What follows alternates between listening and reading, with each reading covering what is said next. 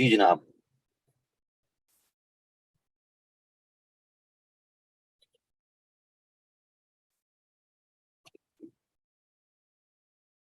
सारे मामलात हो गए हैं ठीक।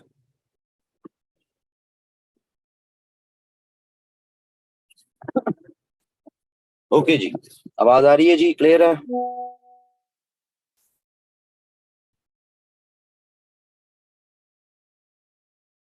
ठीक हो गया। मैं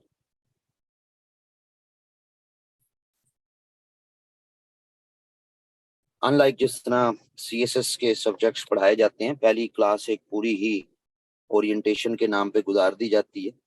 तो मेरे यहाँ मेरे सब्जेक्ट्स में ऐसा नहीं होता जी।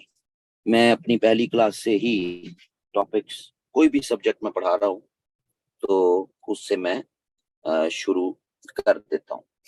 और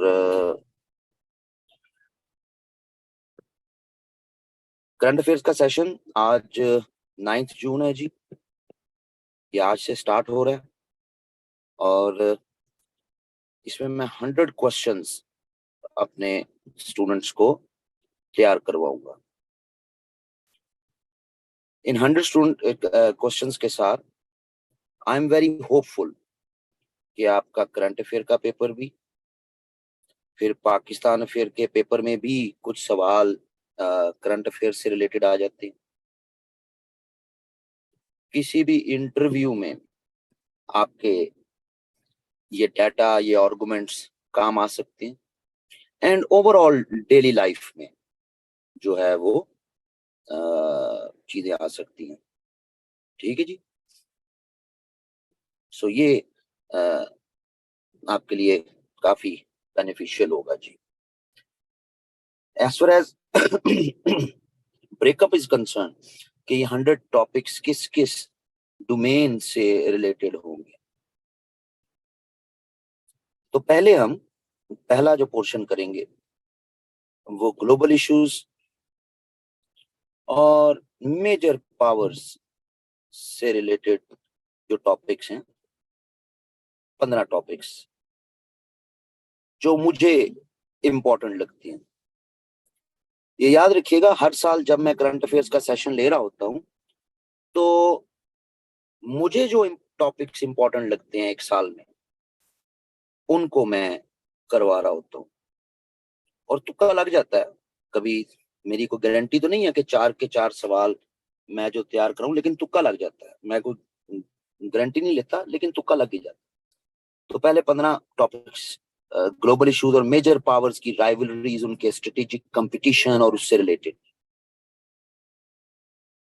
दूसरा एरिया फिर इंटरनेशनल ऑर्गेनाइजेशंस, रीजनल ऑर्गेनाइजेशंस, इस पे इन पे बात होगी जी। मुख्तलिफ international organization, regional organization, agencies including IMF वगैरह, और फिर ज़ाहिर है उसका link Pakistan and stuff like that. तो ये दूसरा एरिया होगा। तीसरा एरिया फिर साउथ एशिया से रिलेटेड टॉपिक्स, इंक्लूडिंग अफगानिस्तान। ये टॉपिक्स जो है उनको देखा जाएगा। ठीक है जी। देन फोर्थ एरिया, ये डोमेस्टिक इश्यूज पाकिस्तान के, economy, politics, society, social issues, economic issues, political issues. ठीक है। 15 important economic issues, 15 political nature के questions, 15 questions related to social issues Pakistan के। सो इनको जो है वो हम करेंगे। इनको मिला के आपके 90 to 95 क्वेश्चंस होंगे मुख्तलिफ एरियाज के। और इसके बाद यानी ये 15 से 20 के दरमियान हो सकते हैं, 15 से 20, 15 से 20, फिर ये सारे मिला के भी कुल 90 टू 95 टॉपिक्स होंगे। और फिर लास्ट में, बिल्कुल एंड में, जितने भी स्टूडेंट्स मेरे पाइल अप होते जाएंगे करंट अफेयर्स के, 5 टॉपिक्स ऐसे के जो आपको ऐसे रिलेटेड आ जाते हैं ना टॉपिक्स, मसलन global energy politics and option for Pakistan, Kashmir dispute and foreign policy of Pakistan, इस तरह के हमें हर 1-2 साल पेपर में कोई करंट अफेयर बेस्ड क्वेश्चन ऐसे में लगता आ जाता है। तो उसको हम ऐसे के कंटेंट में जरा डिटेल के 2500 से 3000 वर्ड में ऐसे 5 टॉपिक्स, ये आखिर में, सबसे आखिर में, ये उस वक्त करवाऊंगा। तो ये ब्रेकअप होगा जी, इस तरह हम इसको लेके चलेंगे अपने सेशन को। नाउ क्योंकि पहली क्लास है, वैसे तो मेरी क्लास ओपन लिंक पे नहीं होती, ये जो फ्री लिंक पे क्लास है करंट अफेयर्स की, ये नहीं होती। आज इसलिए हो गई है क्योंकि आखिरी वक्त में इतने स्टूडेंट्स ने फी डिपॉजिट करवाई कि हमारे लिए उनको रजिस्टर करना पॉसिबल नहीं था।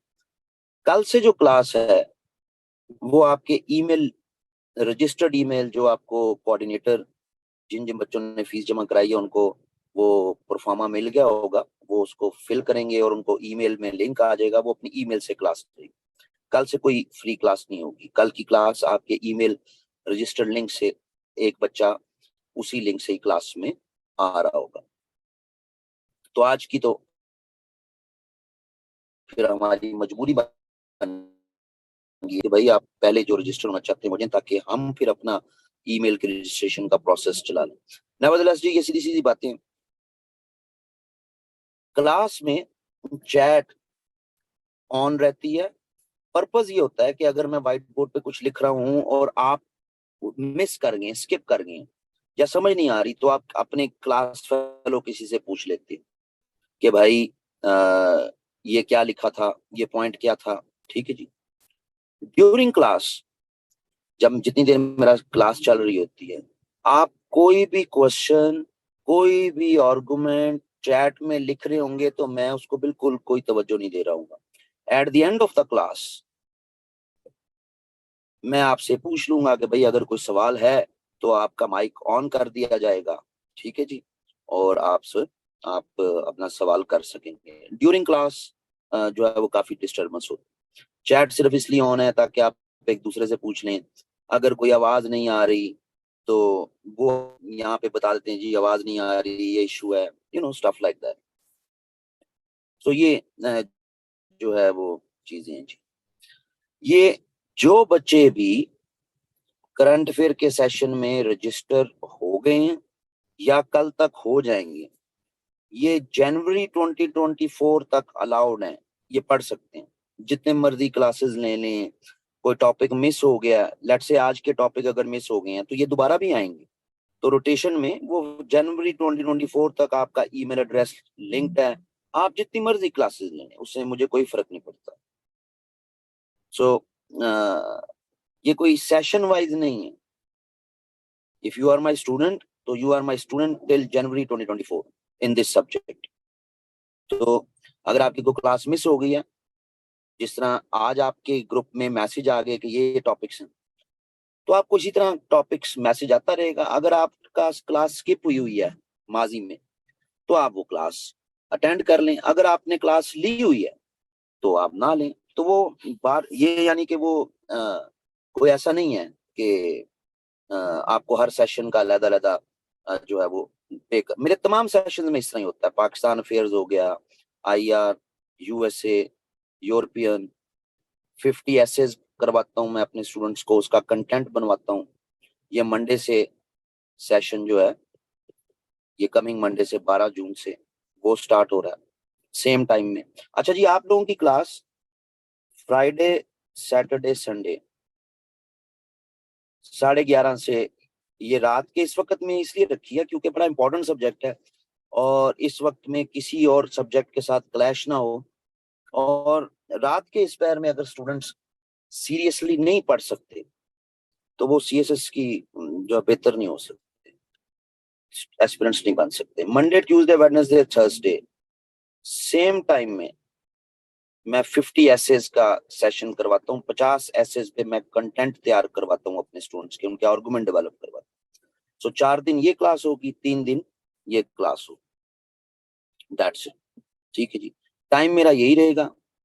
और अगर आपका टाइम का इशू है भाई तो आप जो है वो माजरत ही मैं कर सकता हूँ।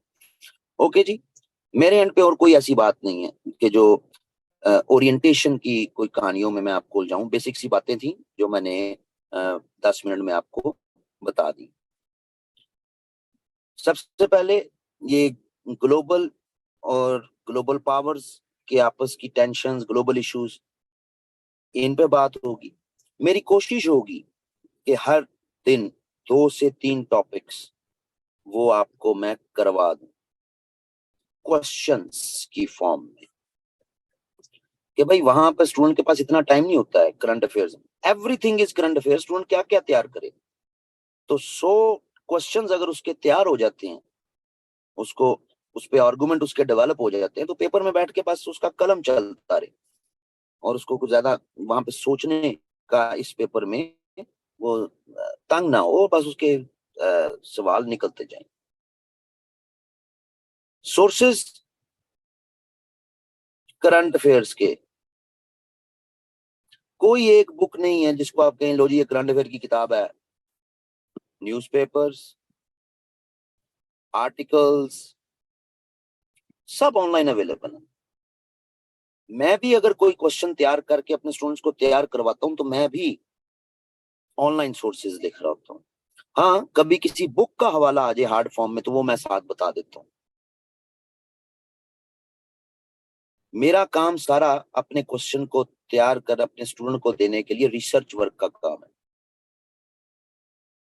मैं टॉपिक पे रिसर्च करता हूँ, उसके आर्गुमेंट्स डेवलप करता हूँ, अपडेटेड फैक्ट्स उसमें डालता हूँ और अपने स्टूडेंट को तैयार करवा देता हूँ।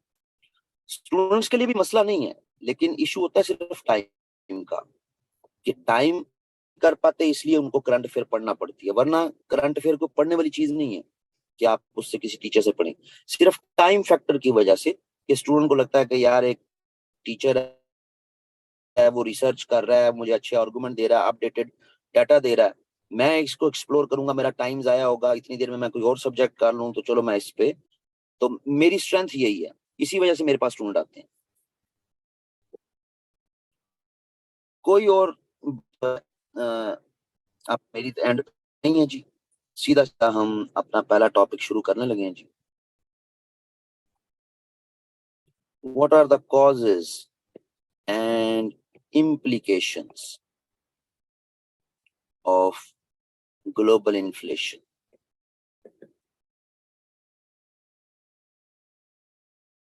सीधा सीधा सा सवाल।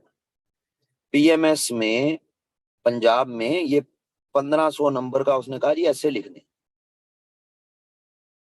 तो हम देखेंगे कि वो कौन कौन सी कॉजेज हैं, इसके क्या इम्प्लीकेशंस हैं इस ग्लोबल इन्फ्लेशन के ना। ये देख कि इन्फ्लेशन ग्लोबल कॉजेज की वजह से है सिर्फ, तो ये नाइंसाफी होगी। इन्फ्लेशन में बराबरी की किसी भी कंट्री की डोमेस्टिक भी होती हैं, ऐसा नहीं है कि नहीं होती। ये इंटरप्ले होता है जी of as well as domestic reasons, जिसकी वजह से इन्फ्लेशन होती है। मैं इन्फ्लेशन और उसकी कॉजेज और इम्प्लीकेशन पूछी तो हम उसी के अकॉर्डिंगली उसको जवाब जो है वो दे रहे होंगे। हम इसको बड़ा डिटेल में देख रहे होंगे, बड़ा नैरो डाउन करेंगे। तो पहले कॉजेज पे बात कर लेते हैं जी, ग्लोबल इन्फ्लेशन की। ग्लोबल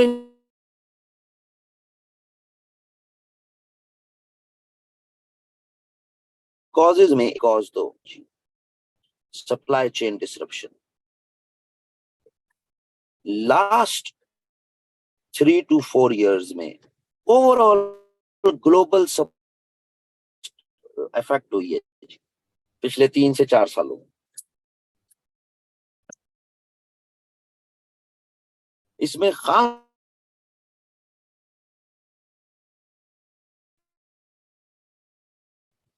एक यूक्रेन रशिया वॉर की 2022 की, और ये 2020 का डिसरप्ट हुई है जी। अनइंटरप्टेड सप्लाई, जब शिपिंग कॉर्पोरेशंस हॉल्ट आएगी, रुकेंगी, चाहे वो अब किसी डिजीज की वजह से लॉकडाउन हो गया या वॉर की वजह से सी रूट्स इनसिक्योर हो गए, मेडिटेरेनियन सी के, ब्लैक सी के, सो किसी भी वजह से जब शिपिंग कॉर्पोरेशन हॉल्ट करेंगी, रुकेंगी, तो सप्लाई चेन डिस्टर्ब हो जाएगी। अब इससे होगा क्या? लेट्स से ये एक कंट्री है, ये दुनिया से कार्स इंपोर्ट करती, सप्लाई चेन डिस्टर्ब हुई, रुक गई, तो आपकी मार्केट में जो ऑलरेडी कार्स हैं वो महंगी होना शुरू हो जाएंगी, क्योंकि पीछे से और माल तो आ नहीं रहा, और गाड़ियां तो आ नहीं रही। सो इंपोर्ट्स रुकती हैं, अफेक्ट होती हैं, सप्लाई चेन डिस्टर्ब होती है, तो डोमेस्टिक मार्केट में जो चीजें होती हैं उनकी कीमत बढ़ जाती है, क्योंकि डिमांड तो होती है ना जी, तो कीमत फिर बढ़ जाती है। सिंपल बेसिक जो है वो कोरिलेशनिंग है। सो सप्लाई चेन डिस्टर्ब हुई, अफेक्ट हुई because of COVID and then later on Ukraine Russia war, पूरी दुनिया की। ठीक है जी। पाकिस्तान के केस में भी देख लें, वो जी सोलर पैनल महंगे हो गए यकदम, पिछले 1 साल में बहुत महंगे हो गए। क्यों महंगे हो गए? क्योंकि जनाब इंपोर्ट्स बैन थी, एलसीज बैन थी काफी अरसे तक, रिजल्टेंटली बाहर से सोलर पैनल्स तो आ नहीं रहे, और डोमेस्टिक मार्केट में जो पहले से मौजूद थे उनकी कीमतें फिर लोग बढ़ा देते हैं, फायदा उठाते हैं लोग। तो सप्लाई चेन जब डिस्टर्ब होती है, तो पूरे ग्लोब की डिस्टर्ब हुई है ना जी, हमारी तो नहीं हुई। पूरे ग्लोब में कोविड आया, पूरे ग्लोब से यूक्रेन रशिया वॉर की वजह से पूरे ग्लोब में इफेक्ट आए, हमारी वजह से नहीं आए। सही है जी। आपको पहले ही टॉपिक से अंदाजा हो जाएगा कि मैं टॉपिक समझाता हूं कि स्टूडेंट के दिमाग में एक दफा ये हेडर रच बस जाए। अब उसने लिखना इसको अपनी इंग्लिश में, आर्गुमेंट्स हैं करंट अफेयर के पेपर में। सबसे इंपॉर्टेंट चीज है आपके लॉजिकल आर्गुमेंट्स, और उन लॉजिकल आर्गुमेंट्स को फैक्ट्स के साथ आपने सब्सटेंशिएट करना है। लॉजिकल आर्गुमेंट दे दिया सप्लाई चेन का, फैक्ट्स भी बीच में इनकॉर्पोरेट कर दिए, दैट्स इट। करंट अफेयर के पेपर का बुनियादी असूल है logical argumentation substantiated with facts, events या एग्जाम्पल, दैट्स इट, बुनियादी सी बात। अब वो डाटा की फॉर्म में हो जाए, वो एग्जाम्पल की फॉर्म में हो जाए, वो इवेंट की फॉर्म में हो जाए, आपने सब्सटेंशिएट करना है कि जो आप बात कर रहे हैं वो ठीक है। ये बुनियादी असूल ज़हन में रखिएगा। किसी भी सवाल के 5-6 आपने हेडर बना दिए with an introduction, with a conclusion, that is sufficient. 500 से 600 वर्ड बहुत है, इससे ज्यादा नहीं लिख सकता स्टूडेंट एक सवाल में। जो भी हेडर बना रहे हैं लॉजिकल हो, और उसको आप किसी ना किसी फैक्ट से सब्सटेंशिएट कर रहे हैं, एग्जाम्पल से, इवेंट से, डाटा से, जो भी सुटेबल उसमें लगता है। बुनियादी फलसफा, चाहे डोमेस्टिक का हो, चाहे इंटरनेशनल टॉपिक हो, चाहे रीजनल टॉपिक हो, जैसा इस फार्मूले को ध्यान में बिठा लें, आपका करंट अफेयर का पेपर आसान हो जाएगा। उसी को ढूंढने में स्टूडेंट को मुश्किल आती है, बस पढ़ हर कोई सकता है, उसको ढूंढने में मुश्किल आती है। क्योंकि उसको ढूंढने में मुश्किल आती है, तो वो हमारे जैसे टीचर से फिर पढ़ लेता है, दैट्स इट। वरना कौन सी बड़ी बात है, सप्लाई चेन वाला आर्गुमेंट है, कौन सी बड़ी बात है। सेकंड, दूसरा बड़ा इशू जो हमें ग्लोबल इन्फ्लेशन के कॉन्टेक्स्ट में नजर आता है as a cause, that is global commodity prices.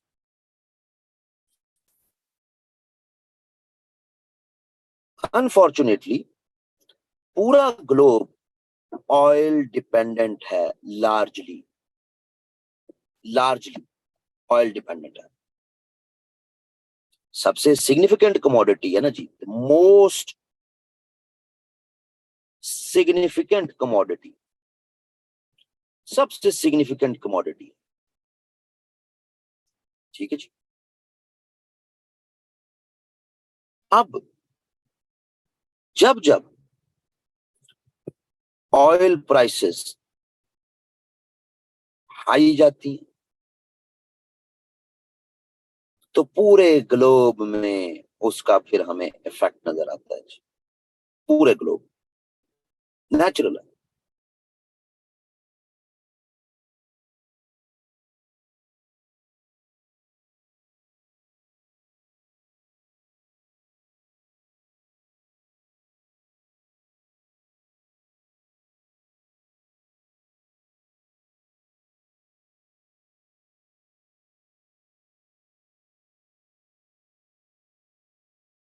ठीक है जी। 2014-15 में अगेन बैरल हाई हुआ,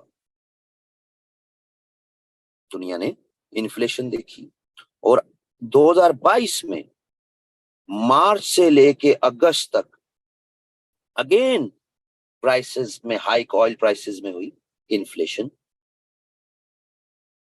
सो ये इट्स क्वाइट अनफॉर्चुनेट कि ऑयल डिपेंडेंसी पूरे ग्लोब की इतनी ज्यादा है कि ये एक ऐसी कमोडिटी है कि जब ये हाई, इसका पर बैरल जो है वो हाई रेट्स जाते हैं, पूरा ग्लोब उससे अफेक्ट होता है।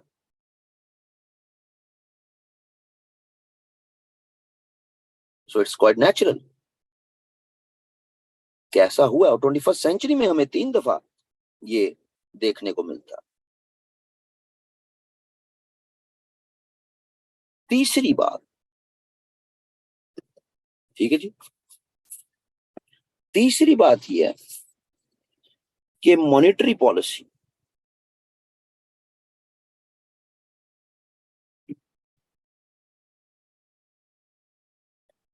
मॉनेटरी पॉलिसी तो रियासतों की होती है जी, स्टेट्स की होती है मॉनेटरी पॉलिसी। तो ये ग्लोबल कैसे हो जाती है, ग्लोबल कॉज कैसे होगी, मॉनेटरी पॉलिसी तो स्टेट्स की होती है, रियासतों ने अपनी अपनी मॉनेटरी पॉलिसी बनानी होती है ना जी। तो इसका ग्लोबल कैसे इम्पैक्ट हो जाता है जी, हो इसलिए जाता है कि कुछ बड़ी इकोनॉमीज जैसे कि United states, dollar international currency है, सिर्फ एक लोकल करेंसी तो नहीं है। सो जब भी यूनाइटेड स्टेट्स में हमें किसी भी तरह का इंटरेस्ट रेट्स हाई मिलते हैं तो उसका इम्पैक्ट पूरे ग्लोब पर, और खास तौर पर इंपोर्ट ओरिएंटेड इकोनॉमीज, पाकिस्तान भी ज़ाहिर है इंपोर्ट ओरिएंटेड इकोनॉमी। सो अब है वो, यूनाइटेड स्टेट्स अपनी डोमेस्टिक पॉलिसी बनाता है इंटरेस्ट रेट की, लेकिन क्योंकि डॉलर इंटरनेशनल करेंसी है, सो जो जो इंपोर्ट ओरिएंटेड इकोनॉमीज हैं वो सारी बेचारी डिस्टर्ब हो जाती। ये प्रॉब्लम होता है, ज्यादा दूर की बात नहीं है। 2022 में 2 दफा यूनाइटेड स्टेट्स के बैंक, फेडरल रिजर्व बैंक ने इंटरेस्ट रेट हाई किए, 2 टाइम्स। तो हम विजिबली देखते हैं कि 2022 में ओवरऑल दुनिया का इन्फ्लेशन 8 to 9% है जी, high 8 to 9% global inflation ratio जो है वो बताई जाती है। कुछ सोर्सेज में आपको 8% मिलेगा, कुछ में 8 या कुछ में 9। बड़ा सीरियस प्रॉब्लम है। ठीक है जी, ये एक बड़ा इंपॉर्टेंट पॉइंट। कोई भी स्टेट अपना इंटरेस्ट रेट हाई करे, लो करे, उससे बाकियों को क्या इफेक्ट होगा? उसके अंदर, उसकी डोमेस्टिक मार्केट में इफेक्ट होगा ना जी बस। लेकिन यूनाइटेड स्टेट्स जब करेगा, क्योंकि उसकी करेंसी इंटरनेशनल है, तो वो हर इंपोर्ट ओरिएंटेड इकोनॉमी उससे मुतासिर होगी हो ग्लोबल इन्फ्लेशन के कॉन्टेक्स्ट। तीसरी फिर बड़ी इंपॉर्टेंट जो बात, सॉरी चौथी बात, वो आ जाती है फिर global demand. Global demand,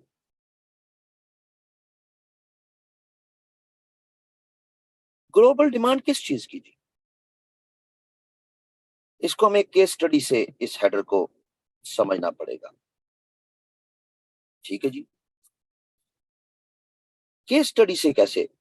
case study से इस तरह कि भाई फर्ज कर लें एक स्टेट है चाइना। चाइना की जनाब रैपिड इकोनॉमिक ग्रोथ हो रही, अर्ली 21st सेंचुरी में बड़ी तेजी के साथ ग्रोथ हो रही। अब जैसे जैसे एक स्टेट या चाइना जैसी कोई और स्टेट जिसकी बड़ी तेजी के साथ ग्रोथ हो रही है, तो उतनी ही तेजी के साथ डिमांड बन जाती है रॉ मटेरियल्स की। जो जो रॉ मटेरियल्स उस कंट्री को रिक्वायर्ड हैं, चाहिए, उनकी डिमांड बन जाती है। और ये एक बेसिक कॉन्सेप्ट है इकोनॉमिक्स का कि जिस चीज की डिमांड बननी शुरू हो जाए उसकी प्राइस हाई होनी शुरू हो जाए। बेसिक है। ठीक है जी, बुनियादी सी बात है, simple is that. So global demand जब भी किसी कमोडिटी, किसी आइटम की डेवलप होती है, तो उसकी प्राइस बढ़ जाती है।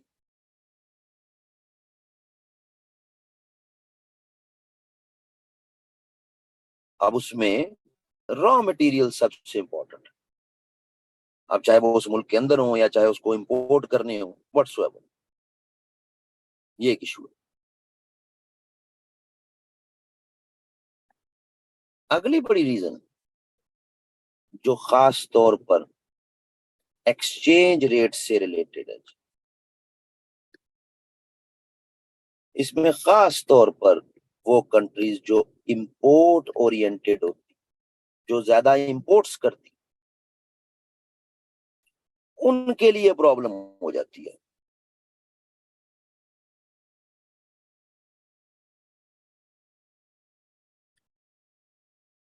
इंपोर्ट ओरिएंटेड इकोनॉमी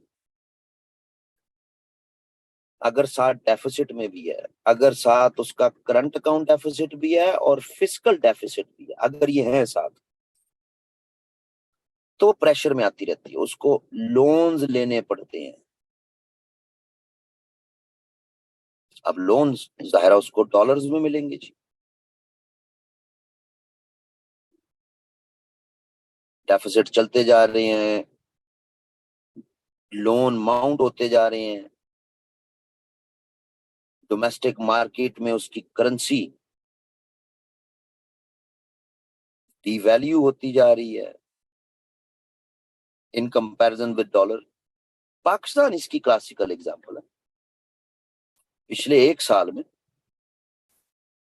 नियरली 100% हमें इम्पैक्ट नजर आता है, यानी लोन्स हमारे 100% बढ़ गए पिछले एक साल के अंदर तकरीबन, in terms of your currency. क्यों? क्योंकि एक्सचेंज रेट का इम्पैक्ट आता रहता है जी। ठीक है, 1 साल पहले 150-60 का डॉलर, और आज वो अप्रोक्सीमेटली 300 को टच कर रहा है। सो एक्सचेंज रेट जो है वो, ये खास तौर पर import oriented economy, export oriented economies, उन पर हमारे आर्गुमेंट्स लागू नहीं हो रहे, जिन कंट्रीज की एक्सपोर्ट्स ज्यादा है। इंपोर्ट ओरिएंटेड इकोनॉमीज मसला उनके बनते हैं, और पाकिस्तान भी ज़ाहिर है एक इंपोर्ट ओरिएंटेड इकोनॉमी, हमारी इंपोर्ट्स ज्यादा है, एक्सपोर्ट्स कम है। एक्सपोर्ट ओरिएंटेड इकोनॉमी इवन अपनी करेंसी को डीवैल्यू करने का रिस्क भी ले लेती है। ठीक है जी। अभी चैट में काफी स्टूडेंट्स ने मुख्तलिफ सवालात किए ना, तो बस उनका एक सिंपल जवाब है, वो जी चाइना यूं नहीं करता तो फलाना यूं नहीं करता। तो एक्सपोर्ट ओरिएंटेड इकोनॉमी और इंपोर्ट ओरिएंटेड इकोनॉमी में जमीन आसमान का फर्क है जी। तो उनको आप एक पैटर्न पे नहीं जो है वो चला सकते, ये ज़हन में रखिए। यहाँ ज्यादा इंपोर्ट ओरिएंटेड इकोनॉमीज की बात हो।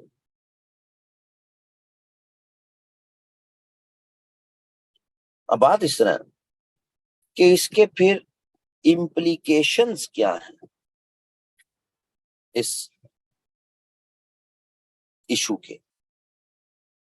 भाई सीधी सी बात है, आप 2021 में लगभग 4% की इन्फ्लेशन देखी आपने, और 2022 में ये 8 से 9% पे इन्फ्लेशन चली गई। 2020 में हालांकि एवरेज ग्लोब की इन्फ्लेशन तकरीबन 2% थी। ये बहुत बहुत बड़ी जनाब जो है वो आप क्या लेंगे हॉरिफिक प्रोपोजिशन है। सो इसकी इम्प्लीकेशंस कहां कहां हमें नजर आती जनाब। Cost of living, cost of living जनाब बहुत हाई हो जाती है लोगों के लिए। कॉस्ट ऑफ लिविंग, मसलन हमारे पास एक स्टडी है जिम्बाब्वे का। जिम्बाब्वे में हाइपर इन्फ्लेशन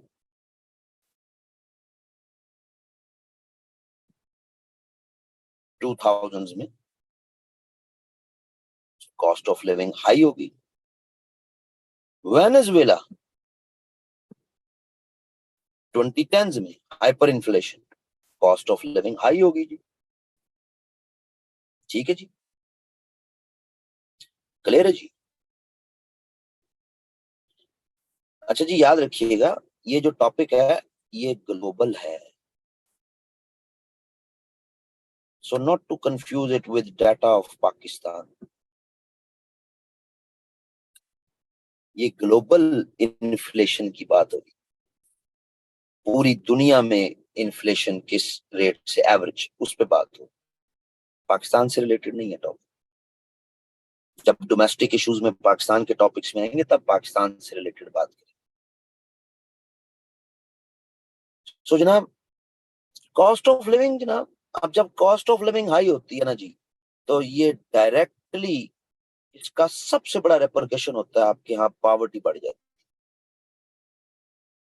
फूड शॉर्टेज हो जाता है, डायरेक्ट इसके इम्पैक्ट है। सो ये cost of living across the globe effect हुआ। दो बड़ी एग्जांपल्स हमने 2000s के डेकेड्स की और 2010s के डेकेड्स की, वेनेजुएला एंड जिम्बाब्वे। दूसरा फिर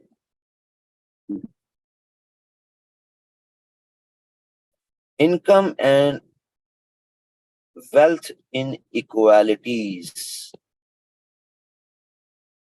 income and wealth in equalities, ये भी प्रॉब्लम। ठीक है जी।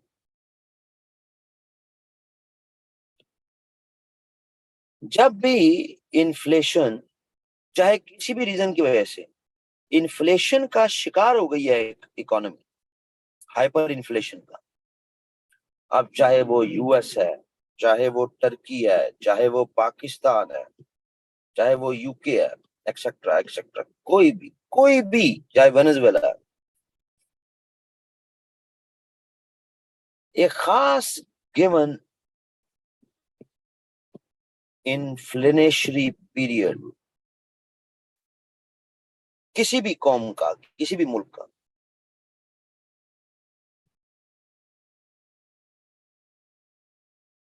उसमें वेजेस कम हो जाती है।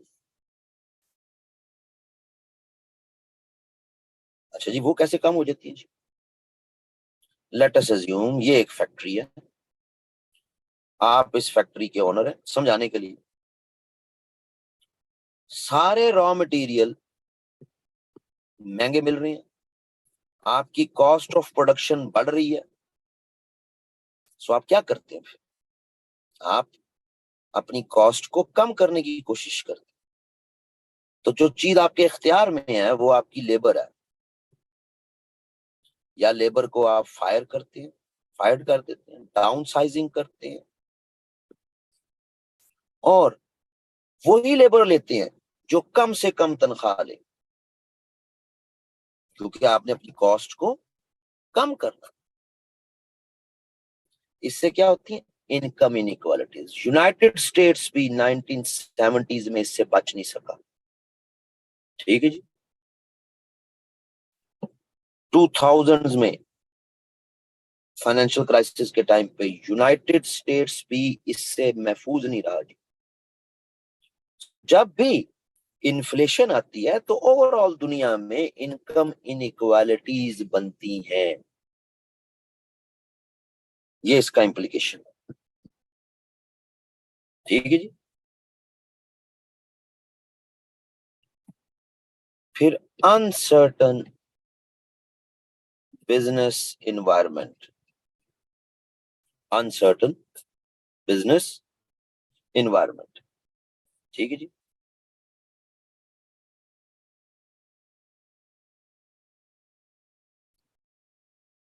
ये एक प्रॉब्लम है। इन्वेस्टर, क्रेडिटर, ये कोई इंडिविजुअल भी हो सकते हैं, ये कोई कंपनीज भी हो सकती हैं, ये बैंक्स भी हो सकते हैं। ठीक है जी, कोई भी, एनी अदर। इन्वेस्टर, क्रेडिटर दुनिया में जहां जहां भी पैसा इन्वेस्ट करता है वो देखता है कि भाई मैं एक स्टेबल इकोनॉमी में पैसा लगाऊं, चाहे मुझे मार्कअप 2% 3% मिल रहा हो, लेकिन मैं एक स्टेबल इकोनॉमी में अपना पैसा लगाऊं। ठीक है जी। ये बुनियादी जो है वो, आप में से जो इकोनॉमिक्स अगर होंगे कोई, तो ये बुनियादी सी बात है कि इन्वेस्टर स्टेबल इकोनॉमी में अपने पैसे लगाता है। ठीक। इन केस, अगर इन केस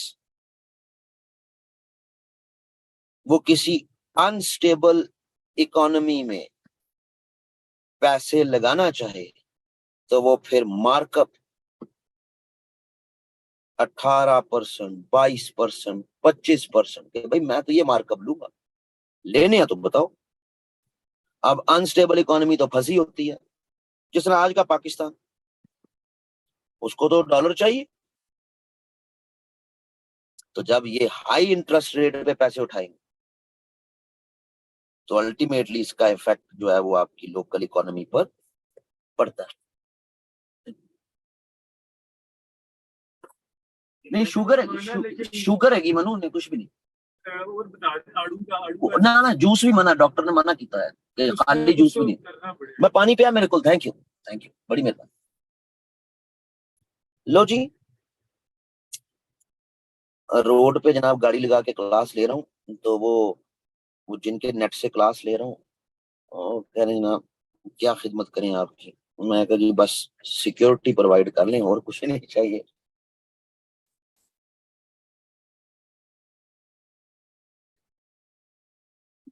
जी बिल्कुल, यूरोजोन डेट क्राइसिस में भी हुआ था जी। सो हाथ बांधे जाते हैं ना जी। फिर जनाब अगली बात,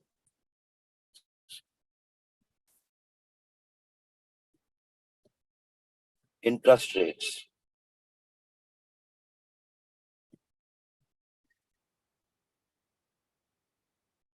जैसे जैसे इन्फ्लेशन हाई होती जाएगी,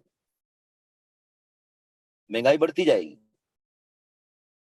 वैसे वैसे अगेन अगर कोई बड़ी स्टेट है तो वो अपने इंटरेस्ट रेट्स और बढ़ाती जाएगी। जितना इंटरेस्ट रेट बढ़ाते जाओगे उतना इवेंचुअली आपकी इकोनॉमी डिस्टर्ब होती जाएगी। इकोनॉमिक रिसेशन का आप शिकार होते जाएंगे। बेसिक इकोनॉमी का खुलिया,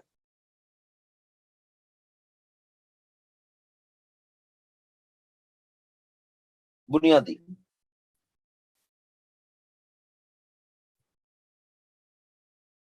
खुद यूनाइटेड स्टेट्स में ऐसा हुआ 1970s में, 20% तक इंटरेस्ट रेट गया यूनाइटेड स्टेट्स में। ठीक है जी, ये इशू। जो सर्कुलेशन होती है ना जी, मनी की, पैसे की सर्कुलेशन, वो भाई रुक जाती है। बुनियादी इकोनॉमी का ये आइडिया कि इंटरेस्ट रेट जितना हाई करते जाओगे, जितना हाई करते जाओगे, पैसे की सर्कुलेशन रुकती जाएगी।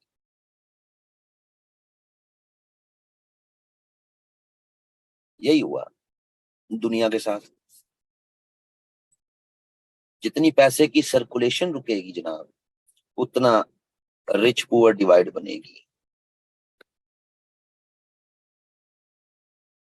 ये जरूरी नहीं होता कि आपकी पॉकेट में कितने पैसे हैं, आपके रिजर्व्स कितने हैं। ये दिल को तसल्ली देने वाली चीजें हैं। जरूरी है कि आपकी इकोनॉमी में सर्कुलेशन ऑफ कैपिटा हो रहा, सरमाया गर्दिश कर रहा। सरमाया गर्दिश कर रहा तो आपकी इकोनॉमी ठीक है। ये जरूरी नहीं है कि आपका बैंक बैलेंस कितना है। बड़े से बड़ा बैंक बैलेंस भी आप वेले बैठे हैं तो खाली हो जाएगा। जितने मर्जी रिजर्व्स हैं, आहिस्ता आहिस्ता डिप्लीट हो जाएंगे। ये जरूरी है कि आपकी इकोनॉमी में पैसा घूम रहा है कि नहीं घूम रहा। सो ये बड़ा इंप्लीकेशन आता है। इकोनॉमिक रिसेशन आने शुरू हो जाते हैं हाई इंटरेस्ट रेट्स की वजह से।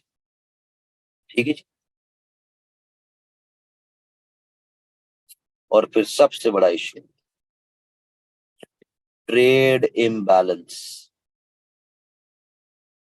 सबसे बड़ा इश्यू।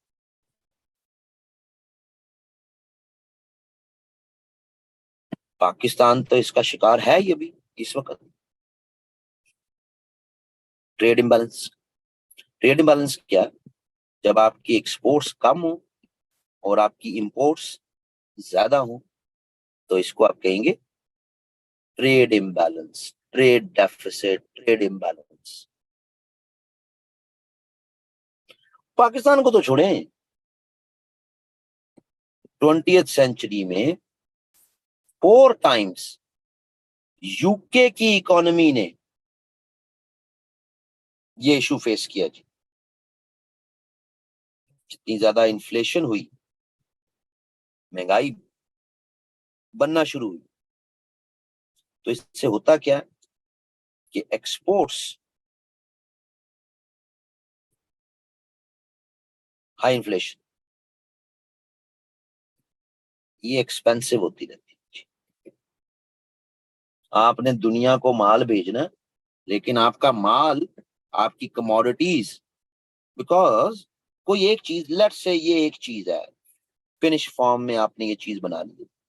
अब इसको बनाने में रॉ मटेरियल भी रिक्वायर्ड है, अदर चीजें भी, फिर एनर्जी भी, क्या क्या नहीं। तो इसकी कॉस्ट बढ़ गई ना, क्योंकि इन्फ्लेशन है, महंगाई है, हर चीज पे इफेक्ट हुई, इसकी कॉस्ट बढ़ गई। कॉस्ट बढ़ गई है, तो ये चीज आपने दुनिया को बेचनी है तो ये महंगी होगी, महंगी होगी है तो दुनिया कम खरीदेगी, कम खरीदेगी तो आपकी एक्सपोर्ट्स नीचे जाती जाएंगी, तो डेफिसिट का शिकार तो आप बनेंगे ही बनेंगे। Pakistan being no exception, Pakistan का भी यही हाल है। सो ये जो हमने हेडर्स किए हैं, ये तो हमने जर्नलाइज्ड आर्गुमेंटेशन दी है, ठीक है जी। कि अगर हमें सवाल आ गया कि भाई क्या जो है वो रीजंस है, हाँ, जरा दो आर्गुमेंट, एक एक आर्गुमेंट उसके सब दो आर्गुमेंट जरा स्पेसिफिक भी कर लेते हैं, क्योंकि बात की थी हमने यूक्रेन रशिया वॉर की।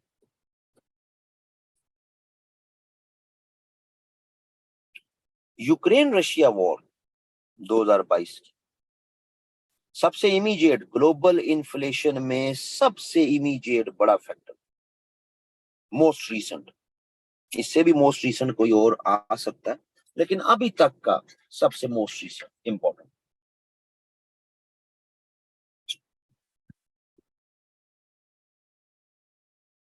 तीन तरह से इसने ओवरऑल दुनिया में महंगाई बनाई है जी, तीन तरह से। पहले तो एनर्जी प्राइसेस के कॉन्टेक्स्ट, ठीक है जी।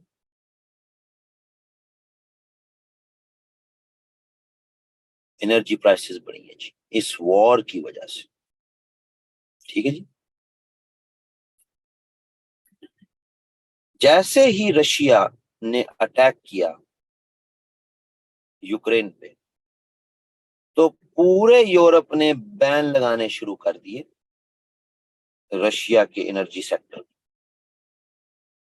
मतलब फिर नॉन रशियन जो एरियाज थे उनको ये पता लग गया कि हमारी एनर्जी की डिमांड बढ़नी शुरू हो, कीमतें बढ़ना शुरू हो गई। वॉर यूक्रेन रशिया कर रहे हैं, कीमत एनर्जी सेक्टर की बढ़ना शुरू हो। और क्योंकि हम ऑलरेडी बात कर चुके हैं कि ज्यादातर दुनिया ऑयल डिपेंडेंट है, तो जनाब हर जगह पर उसका असर होना शुरू हो। दूसरा ये कि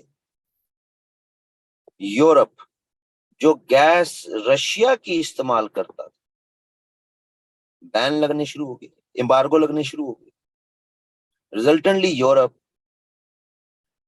कतर की एलएनजी की तरफ मूव करना शुरू हो गया।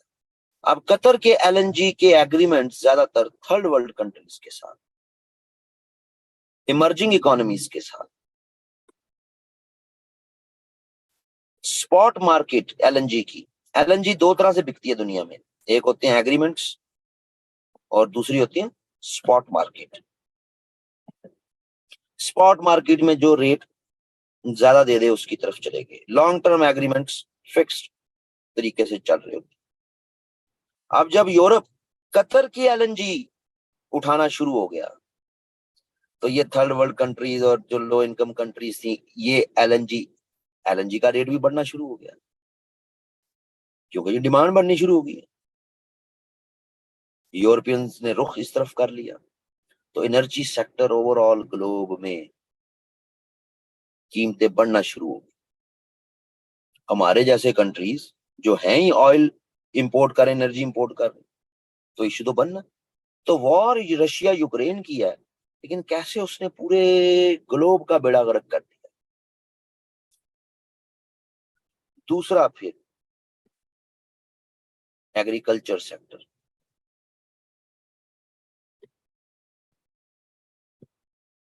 ब्रेड बास्केट ऑफ यूरोप कहते हैं जी किसको, यूक्रेन को, ठीक है जी।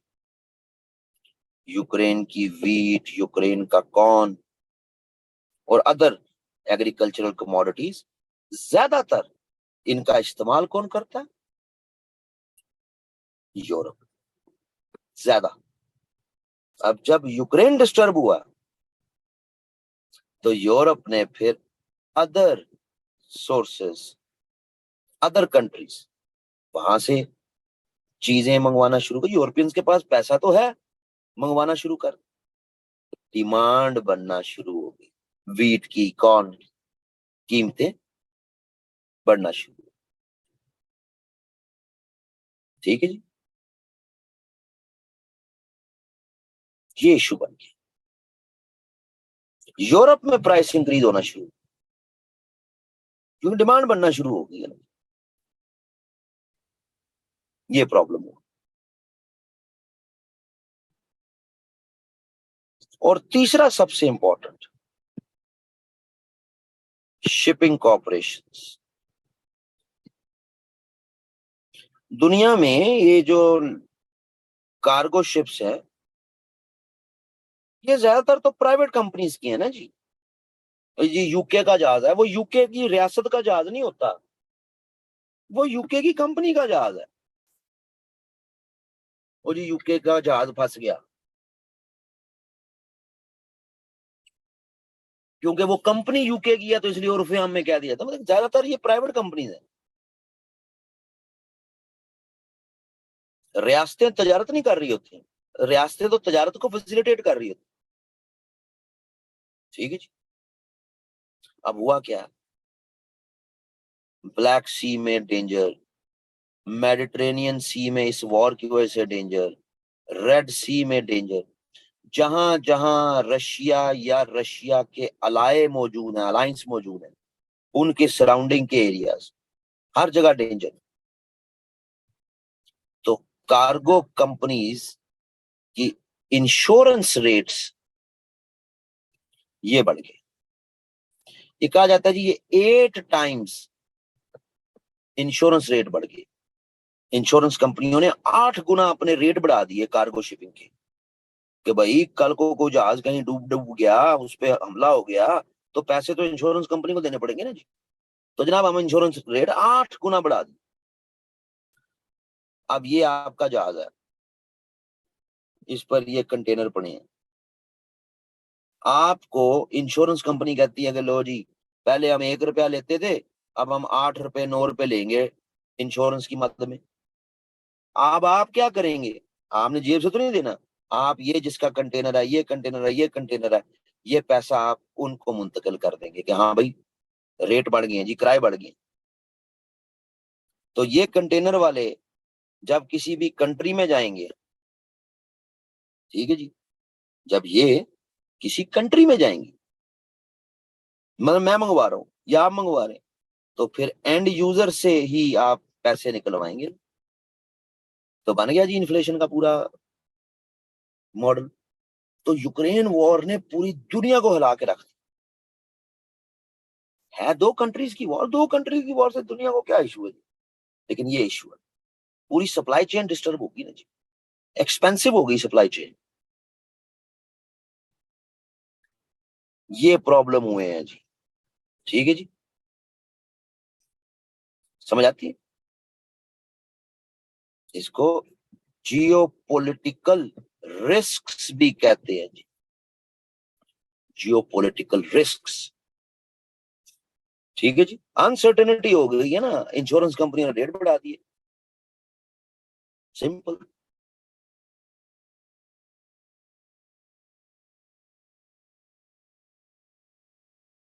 अभी भी जिसको समझ नहीं आई, कराची से एक 20 कार गाड़ियां सुजुकी की लाहौर आती, तो वो जिस जो है वो उस पे ट्रक पे आती है, वो इंश्योर्ड होता है। अब अगर सिंध में, पंजाब में लॉ एंड ऑर्डर का मसला हो, सड़कें बंद हो रही हो, एहतजाज हो रही हो,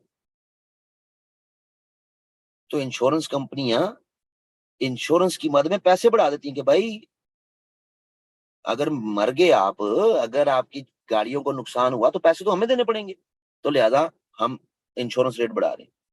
और जब इंश्योरेंस रेट बढ़ेंगे, तो सुजुकी कंपनी वाले ने जेब से तो नहीं देने, आपने मैंने जिन्होंने ऑर्डर दिए होंगे गाड़ियों के, उनको मुंतकिल कर देंगे कि जी फ्राइट चार्जेस बढ़ गए हैं, किराए बढ़ गए हैं, तो रिजल्टेंटली मतलब आपके और मेरे लिए गाड़ी महंगी हो जाएगी। सिंपल सी बात। लेकिन इस एग्जांपल को यहाँ समझाने के लिए यहाँ लिखने की जरूरत नहीं। ठीक है जी, अल्लाह अल्लाह खैर। सो ये है जी एक टॉपिक कि कैसे ग्लोबल इन्फ्लेशन, इसकी कॉजेज क्या हैं और कैसे ये इसकी इम्प्लीकेशंस क्या हैं।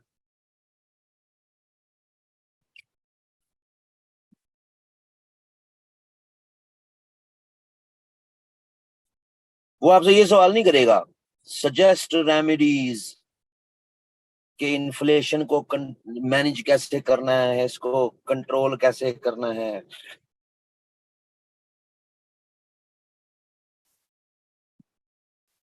इस तरह के सवाल में इम्प्लीकेशन, कॉजेज या दोनों को मिला के उसने यही पूछना है जी आपसे, ये ध्यान में रखिए।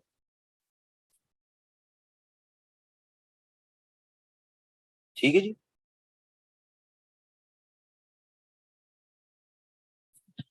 अगले सवाल की तरफ चलते हैं जी। अगला सवाल,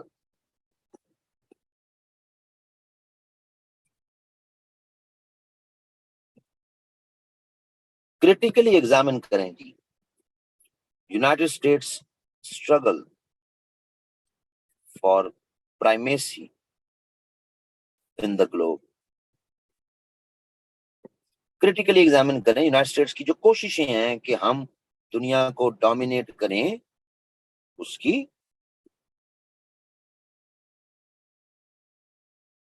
रीजंस क्या हो सकती हैं, उसके प्रोज एंड कॉन्स क्या हो सकती है। ठीक है जी, इस सवाल को जो है वो देखने की जरूरत है।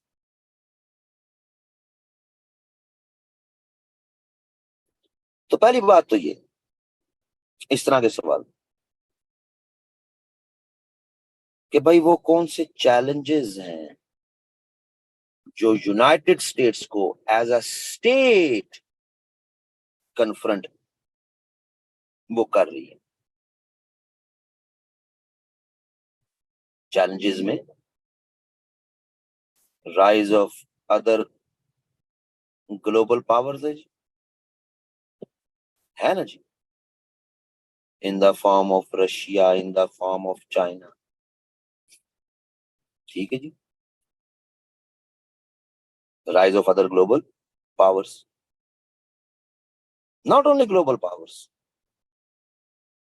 Rise of emerging economies, Brazil, India, Vietnam, etcetera.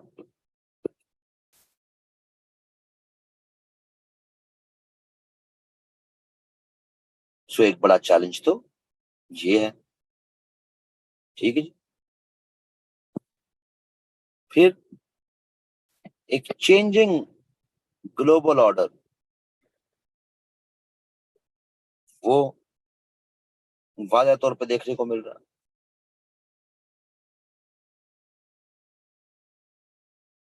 दुनिया अब बायपोलर नहीं रही है जी, दुनिया अब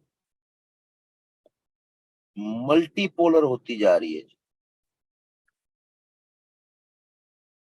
उस मल्टीपोलर वर्ल्ड में यूनाइटेड स्टेट्स को अपनी प्राइमेसी, अपनी सुपरियोरिटी मेंटेन रखना वो डिफिकल्ट हो रहा है जी। ठीक है जी,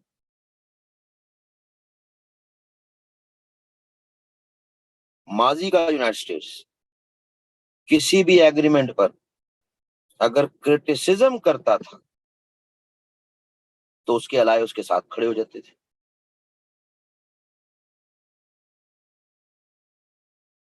ज्यादा पुरानी बात नहीं है। मॉन्ट्रियल, कोपेनहेगन, क्लाइमेट से रिलेटेड है ना जी, क्योटो, इन सब पे यूनाइटेड स्टेट्स के कंसर्न्स हैं, तो यूनाइटेड स्टेट्स के ताती यूनाइटेड स्टेट्स के साथ खड़े हो जाते थे। लेकिन 21st सेंचुरी में पेरिस एग्रीमेंट जब यूनाइटेड स्टेट्स ने इससे विड्रॉ किया तो अकेले ही किया, यूनाइटेड स्टेट्स के दागियों ने नहीं किया, क्योंकि अब दुनिया एक बाइपोलर, यूनाइटेड स्टेट्स की दुनिया नहीं रही थी, एक मल्टीपोलर दुनिया हो गई। तो बड़ा चैलेंज है यूनाइटेड स्टेट्स को। फिर बात यह है कि डोमेस्टिक इश्यूज भी हैं, डोमेस्टिक चैलेंजेस भी हैं। ट्रंप एडमिनिस्ट्रेशन की वजह से माशरा बहुत ज्यादा पॉलिटिकली पोलराइज्ड हो चुका हुआ है, इतना पोलराइज्ड हो चुका हुआ कि जनाब कैपिटल हिल पर 2020 में अटैक भी कर दिया जी ट्रंप के हामियों ने, इतना पोलराइज हो चुका। आप लोगों से अब क्या पर्दा, 9 मई को भी यही हुआ। Throughout the 20th century United States की डोमेस्टिक कॉन्टेक्स्ट में इस तरह के इश्यूज, इस तरह की वायलेंस, ये कम रिपोर्ट होती नजर आती है। 21st सेंचुरी में ये ज्यादा रिपोर्ट होती नजर आती। ठीक है जी।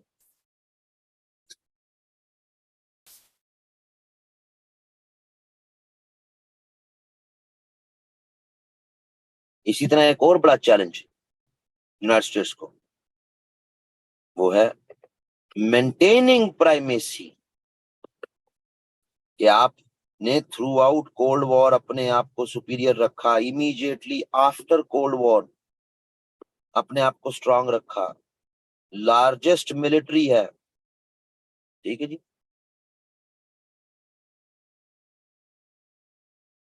अप्रोक्सीमेटली 750 बिलियन यूएस डॉलर्स का डिफेंस बजट है, अप्रोक्सीमेटली। ठीक है जी।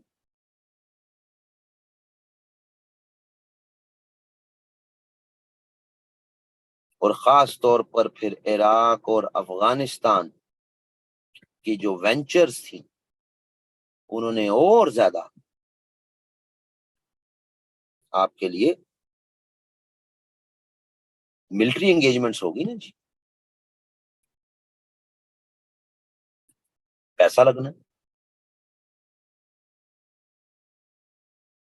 सो जब पिछले 2 डेकेड्स में United states security related global affairs के साथ कनेक्टेड है, टेररिज्म और ये सारी चीजें, उस वक्त यूनाइटेड स्टेट्स के ओपोनेंट्स इन 2 डेकेड्स में अपनी इकोनॉमीज को स्ट्रेंथन कर रहे थे, जैसे कि चाइना।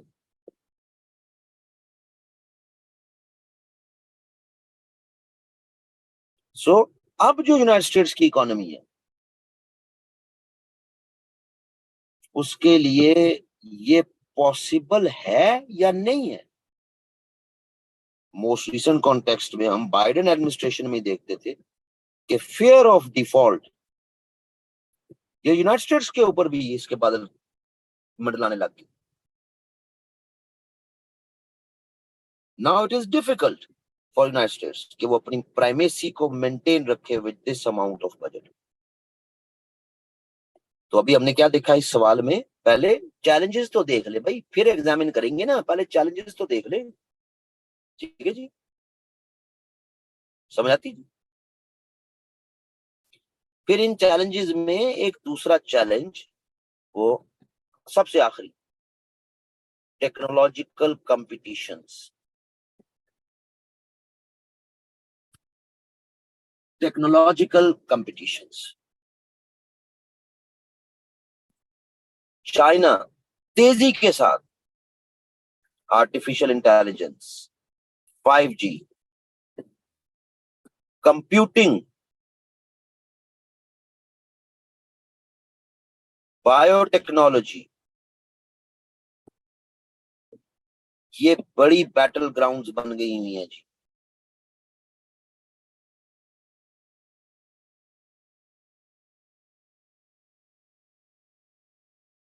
इशू बन गए हुए हैं। ठीक है जी।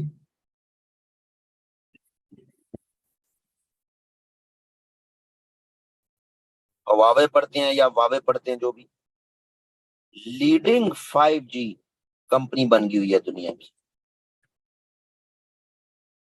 हालांकि यूनाइटेड स्टेट्स 2018 से लेके ऑनवर्ड्स इस कंपनी को रिस्ट्रिक्ट करने की कोशिश करता रहा, लेकिन फिर भी ये लीडिंग कंपनी हो गई है।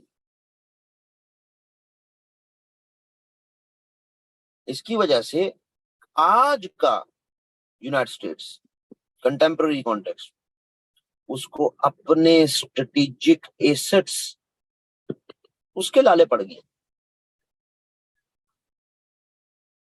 सो ये है जी कुछ बड़े चैलेंजेस। ठीक है जी।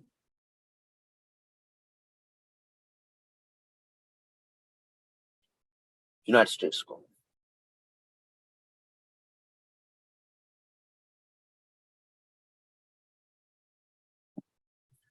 इन चैलेंजेस के कॉन्टेक्स्ट में आप फिर हम देखते हैं कि यूनाइटेड स्टेट्स की जो अप्रोच रही है, जाहिर है 21st सेंचुरी की बात ही करनी है ना, हमने कोई हिस्ट्री का टॉपिक तो नहीं बनाना।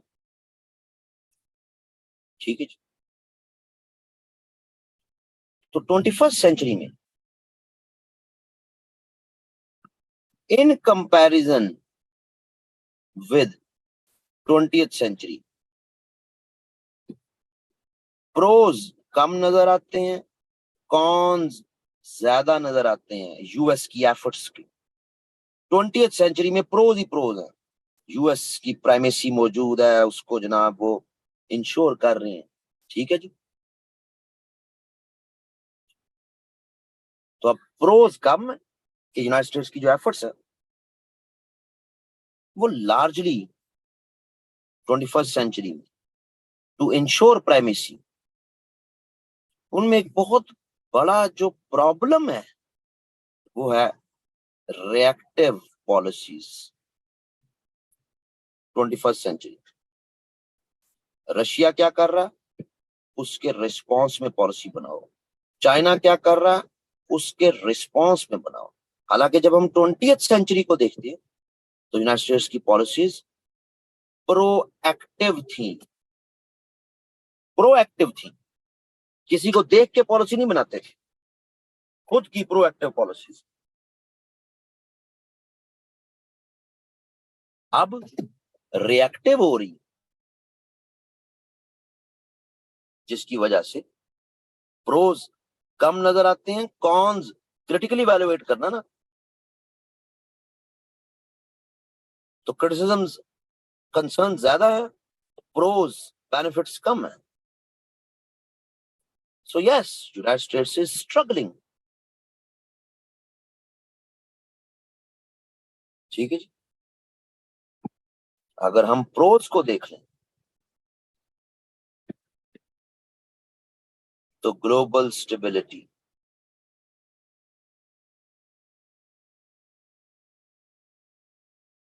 किसी और कंट्री का इतना वास्ट एक्सपीरियंस नहीं है कि वो ग्लोब को लीड कर सके। ग्लोब में इस्तेहकाम, पाकिस्तान इस्तेहकाम पार्टी वैसे भी बन गई है, किसी और कंट्री का इतना एक्सपीरियंस नहीं है।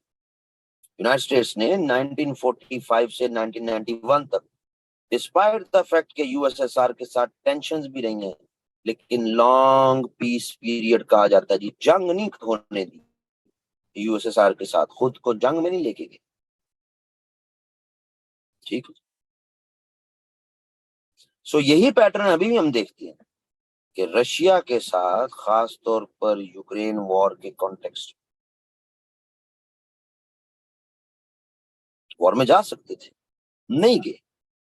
अदर मीन्स को, सैंक्शंस, कंडेमनेशन, डिप्लोमेटिक मीन्स, जिसके जरिए अपना रोल प्ले करते नजर आते हैं। सो ग्लोबल स्टेबिलिटी अगर हो सकती है तो वो हो ही सकती है। ठीक है जी। यूनाइटेड स्टेट्स के की वजह से, as a hegemon, having vast experience of establishing a stable global environment. ठीक है जी। दूसरा,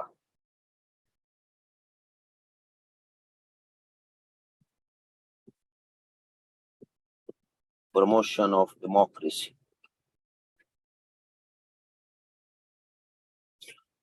कोई और कंट्री ऐसा नहीं है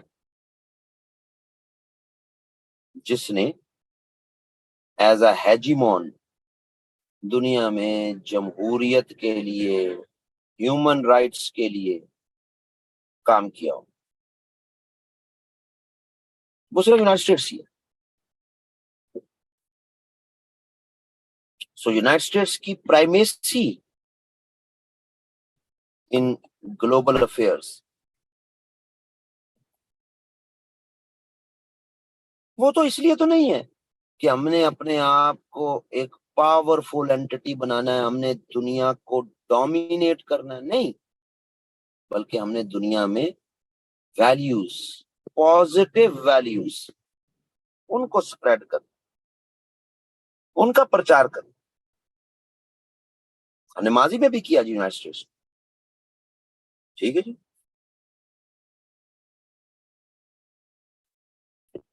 फिर इसी तरह इकोनॉमिक डेवलपमेंट, प्रोज, भाई फ्री ट्रेड का सबसे बड़ा एडवोकेट कौन रहा है, आज भी कौन है? United States. World bank, IMF, किसकी एफर्ट से बना है? United States. World trade organization, tariff set करो दुनिया के, ट्रेड को फैसिलिटेट करो, किसकी एफर्ट्स हैं? कहां है इसका headquarter? United States. So United States अगर प्राइमेसी चाहता है या उसकी एफर्ट्स हैं तो वो तो बड़ी पॉजिटिव है जी। कोई और कंट्री यूनाइटेड स्टेट्स से बेहतर दुनिया को लीड नहीं कर सकता जी। लेकिन क्रिटिकली इवैल्यूएट करना ना जी, तो फिर कॉन्स को भी देख लेते हैं। प्रोज एंड कॉन्स में बात हो रही है ना जी। आवाज आ रही है जी, क्लियर है?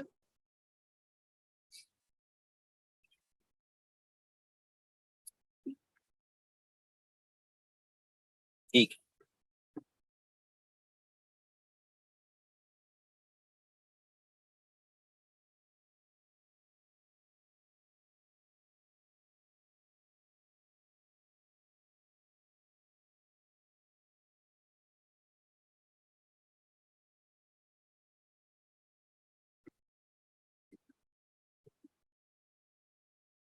Anti American sentiments,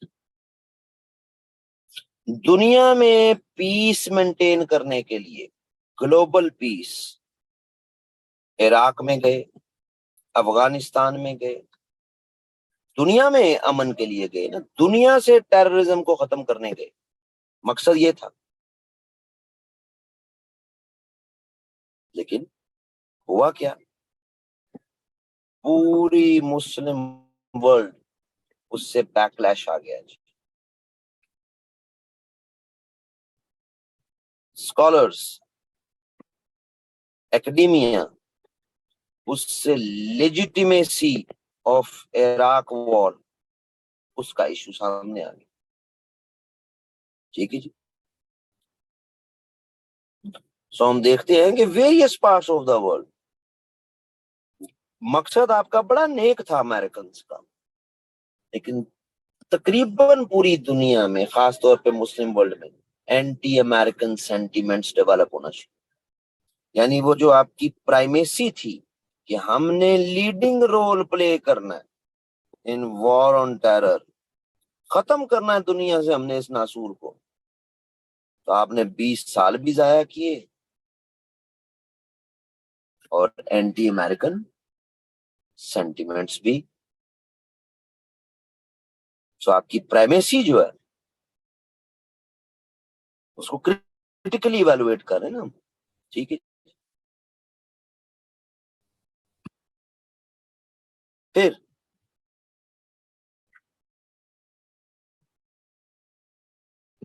erosion of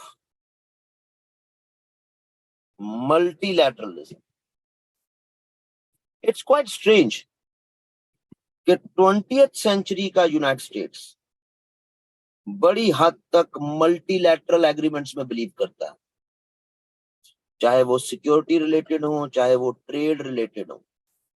multilateral, यहाँ जी सारे स्टेट्स, कई ग्रुप ऑफ स्टेट्स को मिला के साथ लेके चल के सिक्योरिटी अरेंजमेंट्स भी, ट्रेड अरेंजमेंट्स भी 20th सेंचुरी में हमें यही मिलता है। 21st सेंचुरी में अनफॉर्चुनेटली ये यूनिलैटरल स्टेप्स उठाते नजर आते हैं,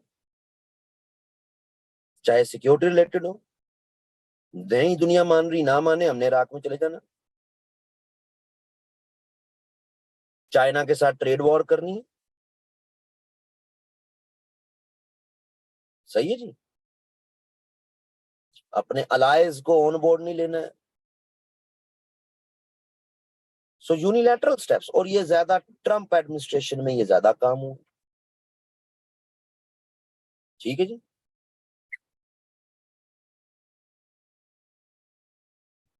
तो ये इशू आ गई कि यूनाइटेड स्टेट्स की स्ट्रगल फॉर प्राइमेसी, वो भाई 20वीं सदी में कैसे हुई, कैसे बड़ा नाम रहा, बिकॉज ऑफ मल्टीलैटरलिज्म, कई ममालिक को साथ लेके चलने की एफर्ट। 21st सेंचुरी में यूनिलैटरल स्टेप्स जो के, और वही मल्टीलैटरलिज्म चाइना ने पकड़ना शुरू कर दिया BRI की तरह तर्ज पे, वही मल्टीलैटरल कॉन्टेक्स्ट चाइना ने मिडिल ईस्ट पे अप्लाई करना शुरू कर दिया। सो जो चीजें 20th सेंचुरी में यूनाइटेड स्टेट्स की खूबी थी, वो 21st सेंचुरी में अनफॉर्चुनेटली वो उससे निकलते जा रहे, बाहर जाते जा रहे।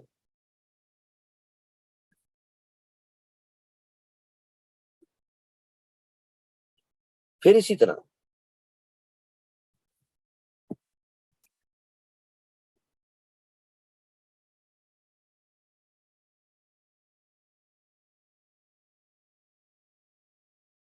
competing China illogically,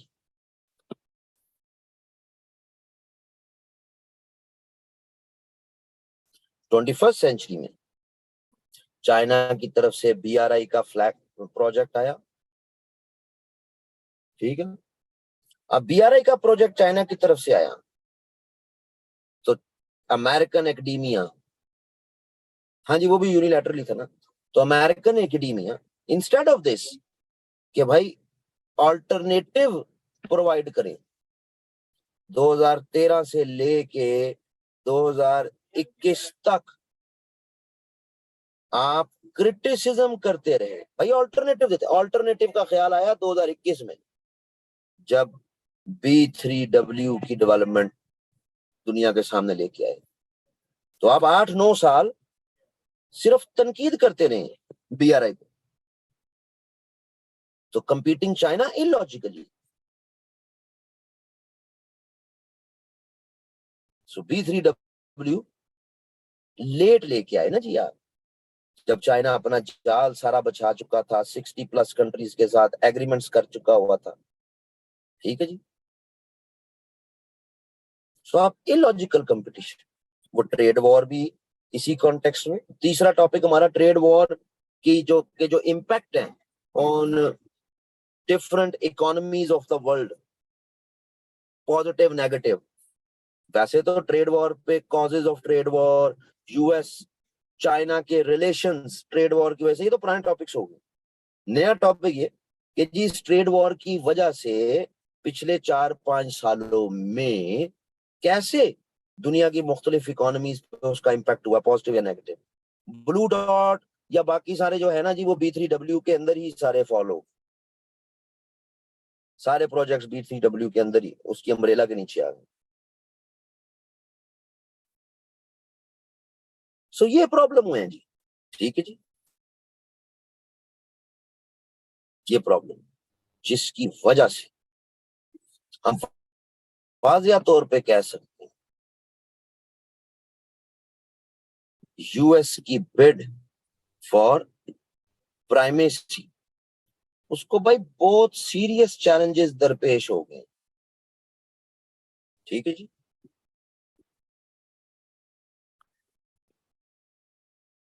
रिचर्ड हास, बड़ा मशहूर नाम है, रिचर्ड हास, स्कॉलर है, गूगल कर लीजिएगा। रिचर्ड हास कहता है कि यूनाइटेड स्टेट्स को 21st सेंचुरी में एक चांस ऐसा मिला कि जिसके जरिए ये अपना लीडिंग रोल वंस अगेन बना लेते, रीगेन कर लेते, लेकिन ये नहीं कर पाए। वो भी चाइना ने दुनिया को वैक्सीन डिप्लोमेसी के जरिए, मास्क डिप्लोमेसी के जरिए चाइना ने अपना मीनिंगफुल रोल प्ले कर दिया। और आपकी कंपनीज फाइजर, वो जहां जहां वैक्सीन देती रही वहां शर्तें लगाती रही कि हमें मिलिट्री बेस भी दो। भाई आपका क्या काम है जी एक दवाइयों वाली कंपनी का मिलिट्री बेस के साथ? अर्जेंटीना को ये मांगते रहे, अर्जेंटीना ने रिफ्यूज कर दिया। तो आपका इमेज परसेप्शन, रिचर्ड हास का था बड़ा अच्छा मौका मिला था आपको, लेकिन आपने वो भी गवा दिया, ठीक है जी। रिचर्ड हास, HAAS, ठीक है जी।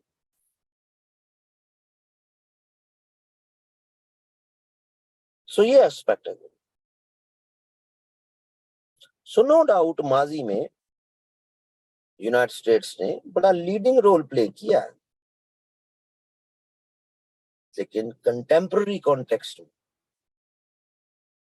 एक तरफ तो उसकी इनकैपेसिटी और दूसरी तरफ उसके इररेशनल रिस्पॉन्सेस। तो इट इज अनलाइकली नाउ कि यूनाइटेड स्टेट्स अपनी lost Prestige and primacy of the globe उसको रीगेन कर सकता है। It's unlikely now. यही उसने हमारे से सवाल में पूछा, उसने हमारे से पूछा है critically examine US struggle for primacy in the globe. जाहिर है आपने माजी की बातें नहीं करनी, 21st सेंचुरी की बात ही होनी है, नेचुरल सी बात है, ठीक है जी।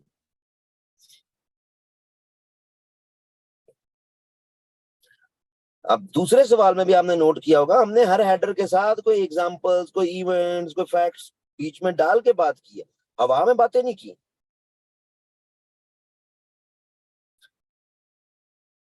ठीक है जी।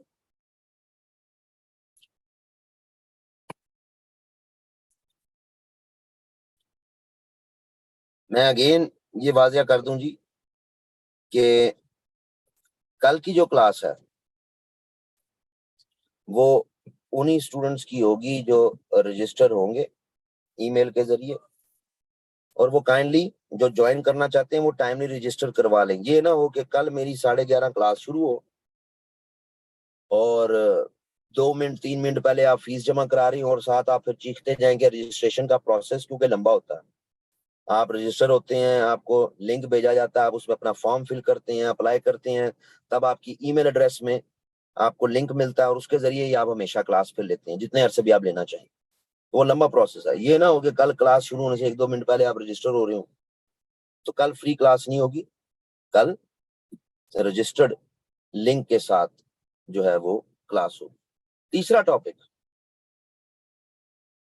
उसको देख लेते हैं जी। तीसरा टॉपिक है, ठीक है जी, वो है यूएस और चाइना की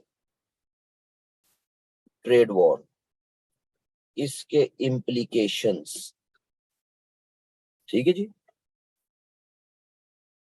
इसकी इम्प्लीकेशंस, किस तरह की इम्प्लीकेशंस।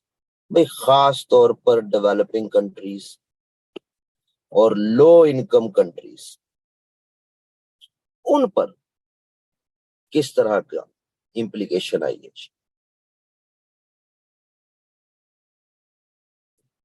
ये टॉपिक भी यूएस हिस्ट्री वाले जो स्टूडेंट्स हैं उनके लिए इम्पोर्टेंट है। इससे पिछला टॉपिक भी यूएस हिस्ट्री के, क्योंकि कोई पता नहीं कि वो यूएस हिस्ट्री में कोई इस तरह के सवालात जो है वो पूछ ले। ठीक है जी।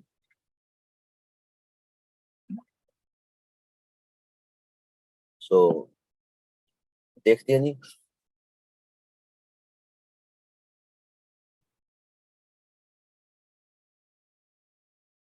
ले जी, क्या हो गया? कल थक गए हो इतनी जल्दी? ये तो करंट अफेयर में तो भाई इस तरह ही होता है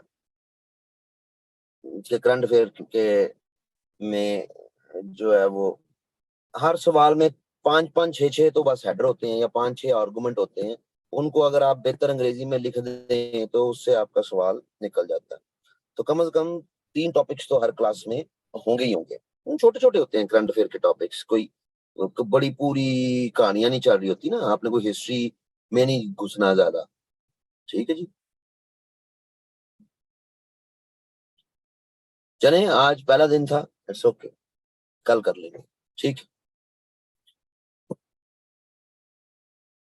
आप में से जो ज्वाइन करना चाहें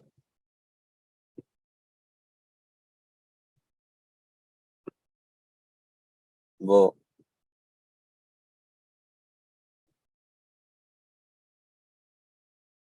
कोऑर्डिनेटर को राब्ता कर सकते हैं, उससे डिटेल ले सकते हैं।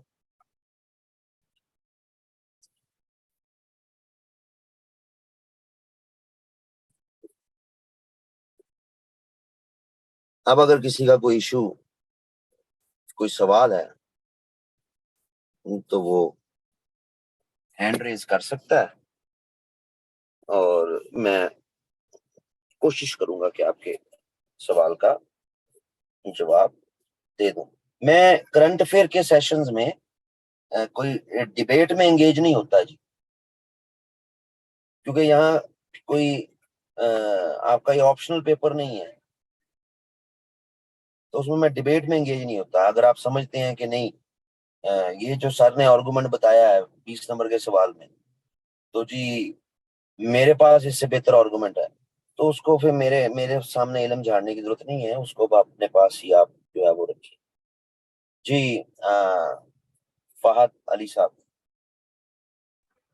सर अस्सलाम वालेकुम। वालेकुम। सर मैंने ये पूछना था कि हम ये कह सकते हैं कि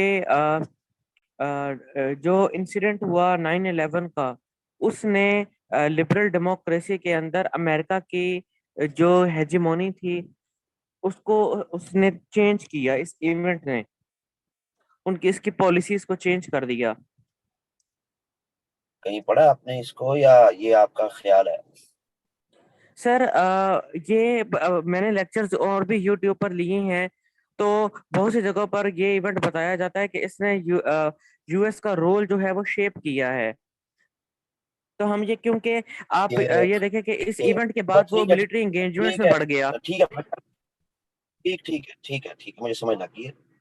ये बड़ी खतरनाक बीमारी है, इसका इलाज जो है वो बड़ा टाइमली कर लें और यूट्यूब के लेक्चर सुनने की बजाय आर्टिकल्स और किताबों से रुजू फरमाएं, इंशाल्लाह फाका होगा। यूट्यूब के जो लेक्चर्स या यूट्यूब की जो चीजें होती है ना, वो ऐसी हैं जिस तरह स्टेरॉइड होता है कि स्टेरॉइड खा लिया, सही सही हो गया, आपको लगा जी मैं बेहतर हो गया। तो बेहतर है कि आर्टिकल्स पढ़ें। अगर किसी तहरीर में आपको ये जो आप आर्गुमेंट दे रहे हैं ये आपको मिलता है तो वो मेरे साथ जरूर शेयर कीजिएगा ताकि मैं भी पढ़ूं और अपने इल्म में इजाफा करूं। थैंक यू जी। सिकंदर खान। अस्सलाम वालेकुम सर। वालेकुम सलाम। सर आपने ग्लोबल डिमांड की बात की थी इस कॉजेज में, चाइना रैपिड इकोनॉमिक ग्रोथ की। Can you please repeat this point? वो तो एग्जाम्पल के तौर पे दिया था ना, जब भी कोई इकोनॉमी ग्रो करती है तो लामहला तौर पर रॉ मटेरियल जो है वो या फिनिश फॉर्म की चीजें जो हैं वो एक्सपेंसिव होना शुरू हो जाती है, और जाहिर है फिर उससे जो है वो ग्लोबल इन्फ्लेशन तो बढ़ती है क्योंकि cost of the product high हो जाती है।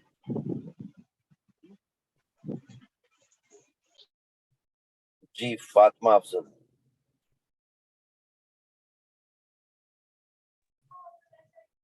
सर ये क्वेश्चन लिखने का मेथड पूछना था आपसे, ये कि आप कोई आर्टिकल्स का कुछ सोर्स सजेस्ट करेंगे जहां से हम इसकी फर्दर रीडिंग कर सकें? जी बिल्कुल, गूगल कर लें आप।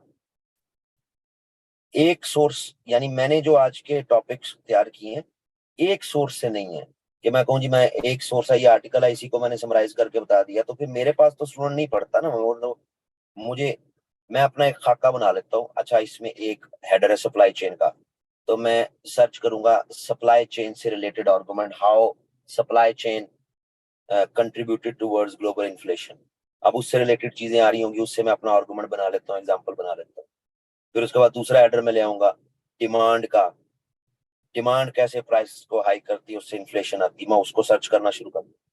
तो मैं अपने कुछ प्री सपोज्ड एक्सियम्स प्रोपोजिशंस बनाता हूँ टॉपिक की, और उनको फिर इंडिपेंडेंटली सर्च आउट करके डाटा पाइल अप करता हूँ।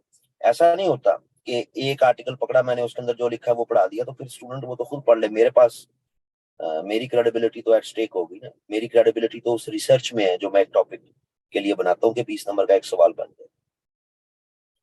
जी उसामा। अस्सलाम वालेकुम सर। सर ये आपने डोमेस्टिक इशू में टर्म एडमिनिस्ट्रेशन के हवाले से बात की थी, पॉलिटिकल पोलराइजेशन। सर ये पॉइंट ज़रा मुझे समझा दे।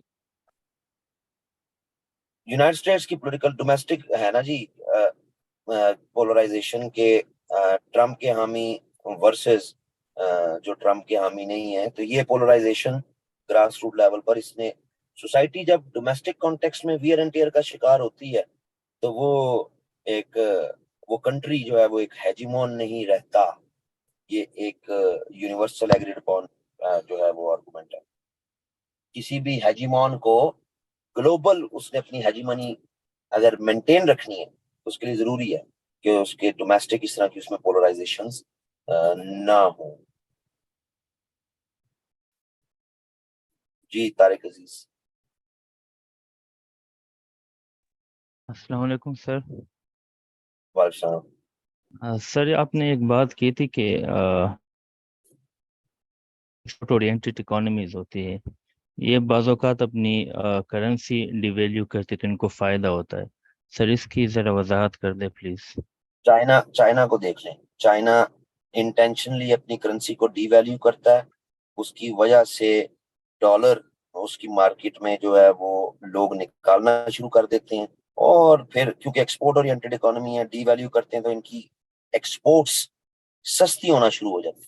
ये एक्सपोर्ट ओरिएंटेड इकोनॉमी इसको इसका जो है वो फायदा उठा सकती है, इंपोर्ट ओरिएंटेड इकोनॉमी तो चाइनीज करते हैं, और यही चाइनीज पर सबसे बड़ा लेवल ऑफ एक्विजिशन जो है वो अमेरिकन लगाते हैं। जी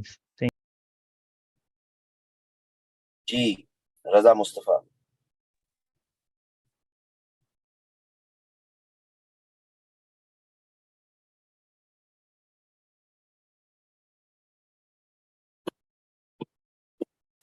जी साद।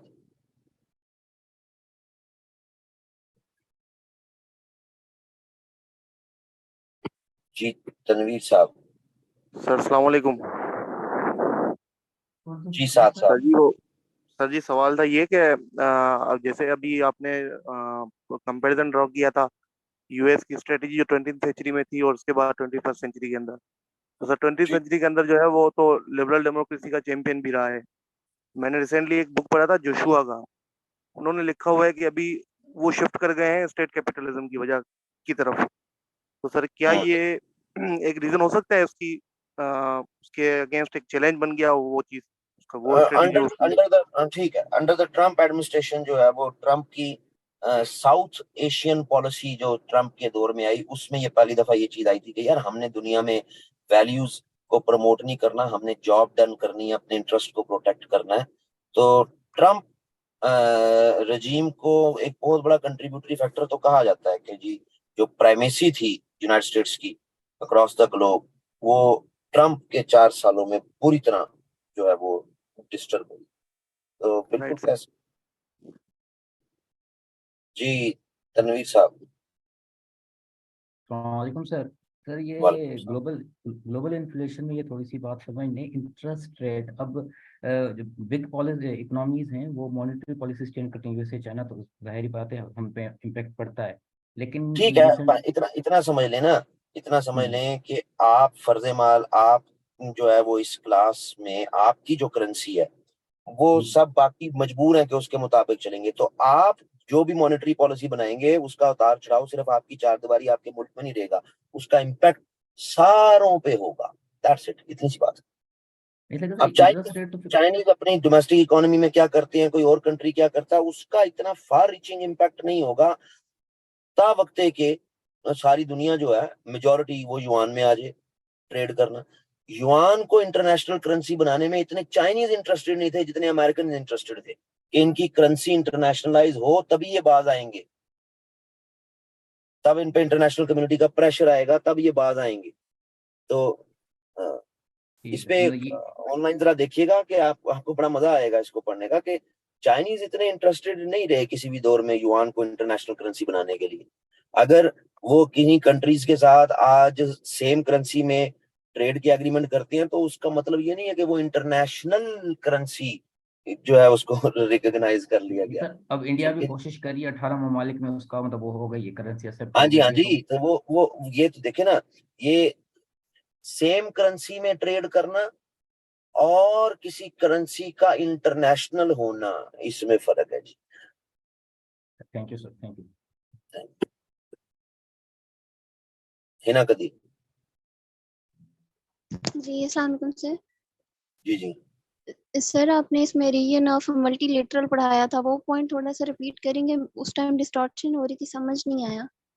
पहली बात तो ये बेटा कि जो है ना वो रिपीट वाला ऑप्शन जो है वो मेरे जो है वो टीचिंग सर मेथड में नहीं होता। लिटिल अगर बिट। कुछ मिसिंग हो गई हो तो यहाँ चैट ओपन होती है, आप ड्यूरिंग क्लास अपने क्लास फेलो से पूछ सकते हैं कि जी क्या पॉइंट था। कोई ना कोई जो है वो हातिम ताई होता है क्लास में, वो बता देता है। अभी लेकिन चले, पहली क्लास जी है तो ठीक है बता सर। देता हूँ। मल्टीकल्चरलिज्म जो है वो अमेरिकन की 20th सेंचुरी में, यानी कि अपने अलायंस को साथ लेके चलना, ग्रुप ऑफ स्टेट्स को साथ लेके चलना और फिर कोई डिसीजन डेवलप करना।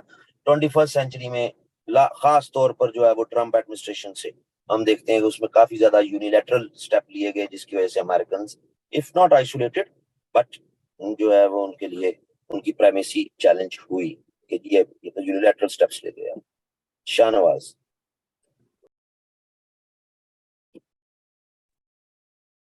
जी सर, अस्सलाम वालेकुम। सर जो आपने स्ट्रॉन्ग आर्ग्यूमेंट्स दिए, सबसे पहले तो sir very very thankful to you कि बहुत ही एक इजी एक और बहुत स्ट्रॉन्ग लगे हमें समझने में। तो सर मेरा एक जनरल सा क्वेश्चन है कि ये जो आप अक्सर अपने लेक्चर में सर जो बेसिक टर्म्स सर यूज़ करते हैं, मोस्टली आपके लेक्चर में मुझे बेसिक टर्म जो है उसके वो अंडरस्टूड किए हैं, लेकिन सम जो थी वो मेरे लिए न्यू थी। तो सर काइंडली इसका कोई रिसोर्स बता सकते हैं कि हम इस पे ग्रीप करने के लिए कोई ऐसा कोई न्यूज़पेपर हो जाए या कोई और फ्लैश कार्ड हो जाए? इकोनॉमिस्ट की वेबसाइट है, इकोनॉमिस्ट मैगजीन की वेबसाइट में आप नीचे जाएं तो उसमें आपको एक लिंक मिलेगा, economics A to Z. Economics A to Z में आपको पूरे ए से लेके जी तक के जो है वो इकोनॉमी से रिलेटेड, पॉलिटिक्स से रिलेटेड बेसिक कॉन्सेप्ट्स, आधे आधे पैराग्राफ, एक एक पैराग्राफ की उनकी अंडरस्टैंडिंग मिल जाती है। तो ये बात तो ठीक है कि करंट अफेयर के स्टूडेंट जो है, जब मैं 20 नंबर का सवाल करा रहा हूँ तो मैंने उसको अपने सवाल में जीडीपी क्या होती है, ट्रेड डेफिसिट क्या होती है, करंट अकाउंट डेफिसिट क्या होती है, ये तो बच्चों वाले काम है, ये तो स्टूडेंट के लेवल के काम है। हाँ, तो इकोनॉमिक्स ए टू जी जो है सोर्स ऐसा है कि जिसमें आपको जो है वो इंतहाई बेसिक सी इंफॉर्मेशन जो है मुख्तलिफ जारगन, मुख्तलिफ कॉन्सेप्ट्स की वो मिल जाती है। जी जुबैर। अस्सलाम वालेकुम सर आपने ग्लोबल इन्फ्लेशन के टॉपिक में इम्प्लीकेशंस की हेडिंग में एक पॉइंट लाई थी, अनसर्टेन बिजनेस एनवायरनमेंट।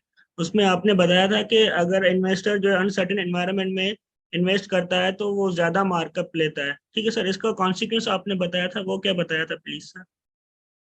डेफिनेटली ज़ाहिर है उस मार्केट में इन्फ्लेशन बनती है ना जी, इकोनॉमी पे स्ट्रेस आता है तो इन्फ्लेशन बनती है। उसकी एक केस स्टडी ग्रीस है, आप उसको देख लीजिएगा कि ग्रीस में जब यूरोजोन डेट क्राइसिस आया तो ग्रीस को फिर हाई रेट पर जो है वो हाई मार्कअप रेट पर पैसे उठाने पड़े, तो रिजल्टेंटली उसकी इकोनॉमी पर उसका जो स्ट्रेस आया, क्योंकि आपने पे बैक भी तो करने हैं ना जी। तो वो इस कॉन्टेक्स्ट में की बात। जी रजा मुस्तफा।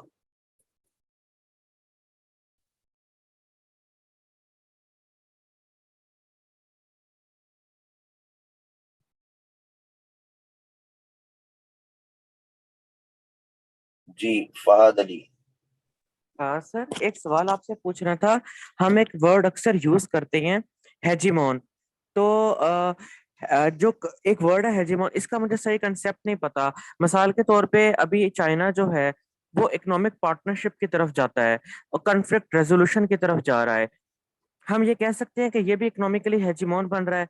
लेकिन अमेरिका जो है वो ज्यादा से ज्यादा मिलिट्री एंगेजमेंट्स करता है। अमेरिका, रशिया भी मिलिट्री एंगेजमेंट्स कर रहा है। तो वर्ड जो है और साथ साथ हम कहते हैं कि लिबरल डेमोक्रेसी में का एक हेजिमोन रहा है अमेरिका। तो अगर वो हेजिमोन है तो वो कोऑपरेशन की तरफ जाता है या वो कंपटीशन की तरफ जाता है? दो सोर्सेज हैं, एक इंट्रोडक्शन है किताब हेनरी किसिंजर की वर्ल्ड ऑर्डर, उसको जरा देख लें कि एक हेजिमोन जो है वो अपना रिस्पॉन्सिबल रोल प्ले करता है। एक डेमोक्रेटिक स्ट्रक्चर में हेजिमोन जो है वो अपना रिस्पॉन्सिबल रोल प्ले करता है। दूसरा जो है वो राइज एंड फॉल, एक हेजिमोन गया दूसरा आ गया, उसको अगर देखना है तो पावर ट्रांजिशन थ्योरी, इसको जरा सर्च आउट कर लीजिएगा, पावर ट्रांजिशन थ्योरी। तो इन दो चीजों को अगर आप देख लेते हैं तो आपको ये मुश्किल नहीं होगी ये बात समझने में।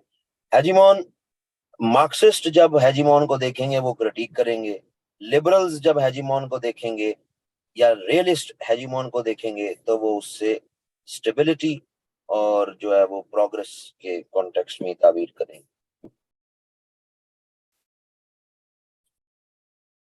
जी rare.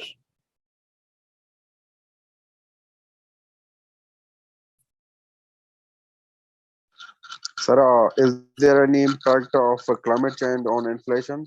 And if there is any impact, what is the impact, especially on global south?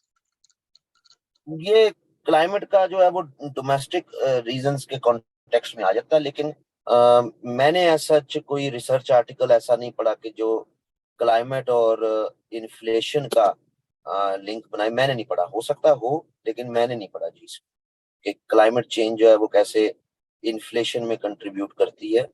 मैंने ऐसा कोई रिसर्च आर्टिकल इस पे नहीं पढ़ा। अखबारी बात जो है वो मैंने ऐसी भी ऐसा मेरी लिमिटेड अंडरस्टैंडिंग में बेटा मैंने नहीं पढ़ा इसको, शायद हो लेकिन मैंने नहीं पढ़ा।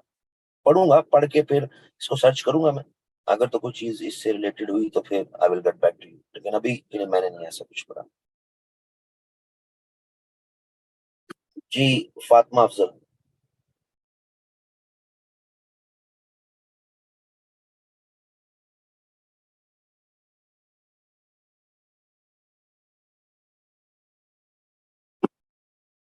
जी मोहम्मद समीर।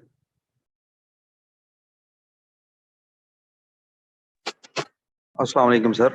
सर मेरा क्वेश्चन जो है क्वेश्चन नंबर 2 से रिलेटेड है, शायद मैं इसमें गलत भी हूँ, मैं बस कॉन्सेप्ट क्लियर करने वाली बात है। एक तो ये हमारा जो चाइना जो एज अ मीडिएटर है सऊदीया और यमन के जो इशू रिजॉल्व करवाने में, एक इस पे थोड़ा सा मुझे बता दें सर। दूसरा क्वेश्चन ये है कि अभी रिसेंटली मिनिस्ट्री ऑफ कॉमर्स ने एक वाटर ट्रेड जो रशिया, ईरान और अफगानिस्तान के साथ की है, क्या यूएसए इसको भी अपने लिए जो है वो प्राइमेसी स्ट्रगल में कंसिडर करता है?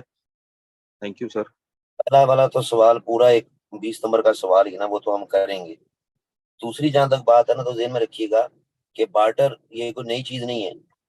हम बहुत अरसे से ईरान के साथ बार्टर ही कर रहे हैं, और बार्टर की प्रोविजन जो है वो आपकी मेन, उसकी जो ब्यूटी है असल में वो ये है कि आपके मेन जो करंट अकाउंट होता है उसके अंदर वो रिफ्लेक्ट नहीं होता।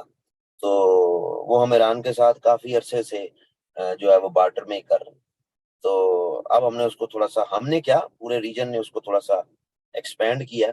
तो time will tell, it's too early to say कि इस बार्टर के कॉन्सिक्वेंसेस क्या हैं या इसके बेनिफिट्स क्या हैं। अभी तो मेरे लिए अनाउंसमेंट है, लेकिन बार्टर का जो हमारे जैसे कंट्रीज को पहला बड़ा जो फायदा है वो यही है कि वो मेन स्ट्रीम करंट अकाउंट में वो अमाउंट जो है वो रिफ्लेक्ट नहीं होती है। अब ऐसे नहीं।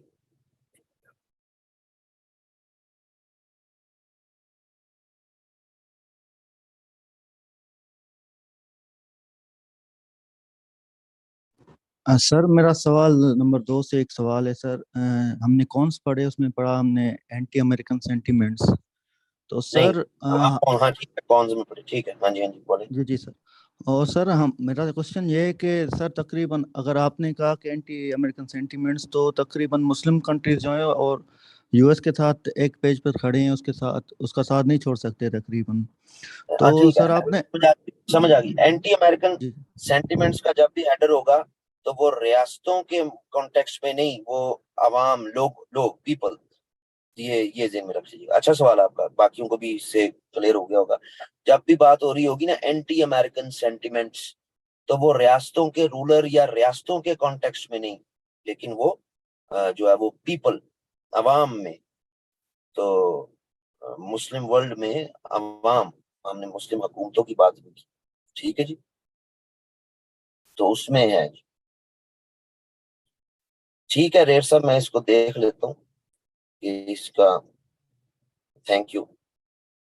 मुझे इसको वो कर दें, मेरे नंबर पे व्हाट्सएप कर दें।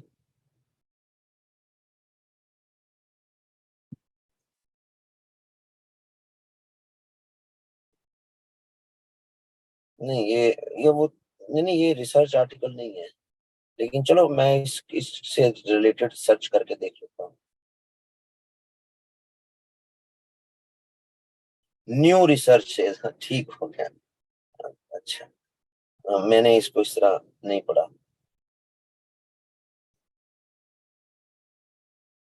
चलो देखूंगा, then I will get back to you on this. अच्छा जी, ओके जी, थैंक यू वेरी मच। कल मुलाकात होती है, और कल जो है वो फिर रजिस्टर्ड लिंक पे ही क्लास होगी। Thank you, take care. Class का टाइम 11:30 से 1:30 होगा जी। तो कल हम 3 टॉपिक्स करेंगे। अल्लाह हाफिज।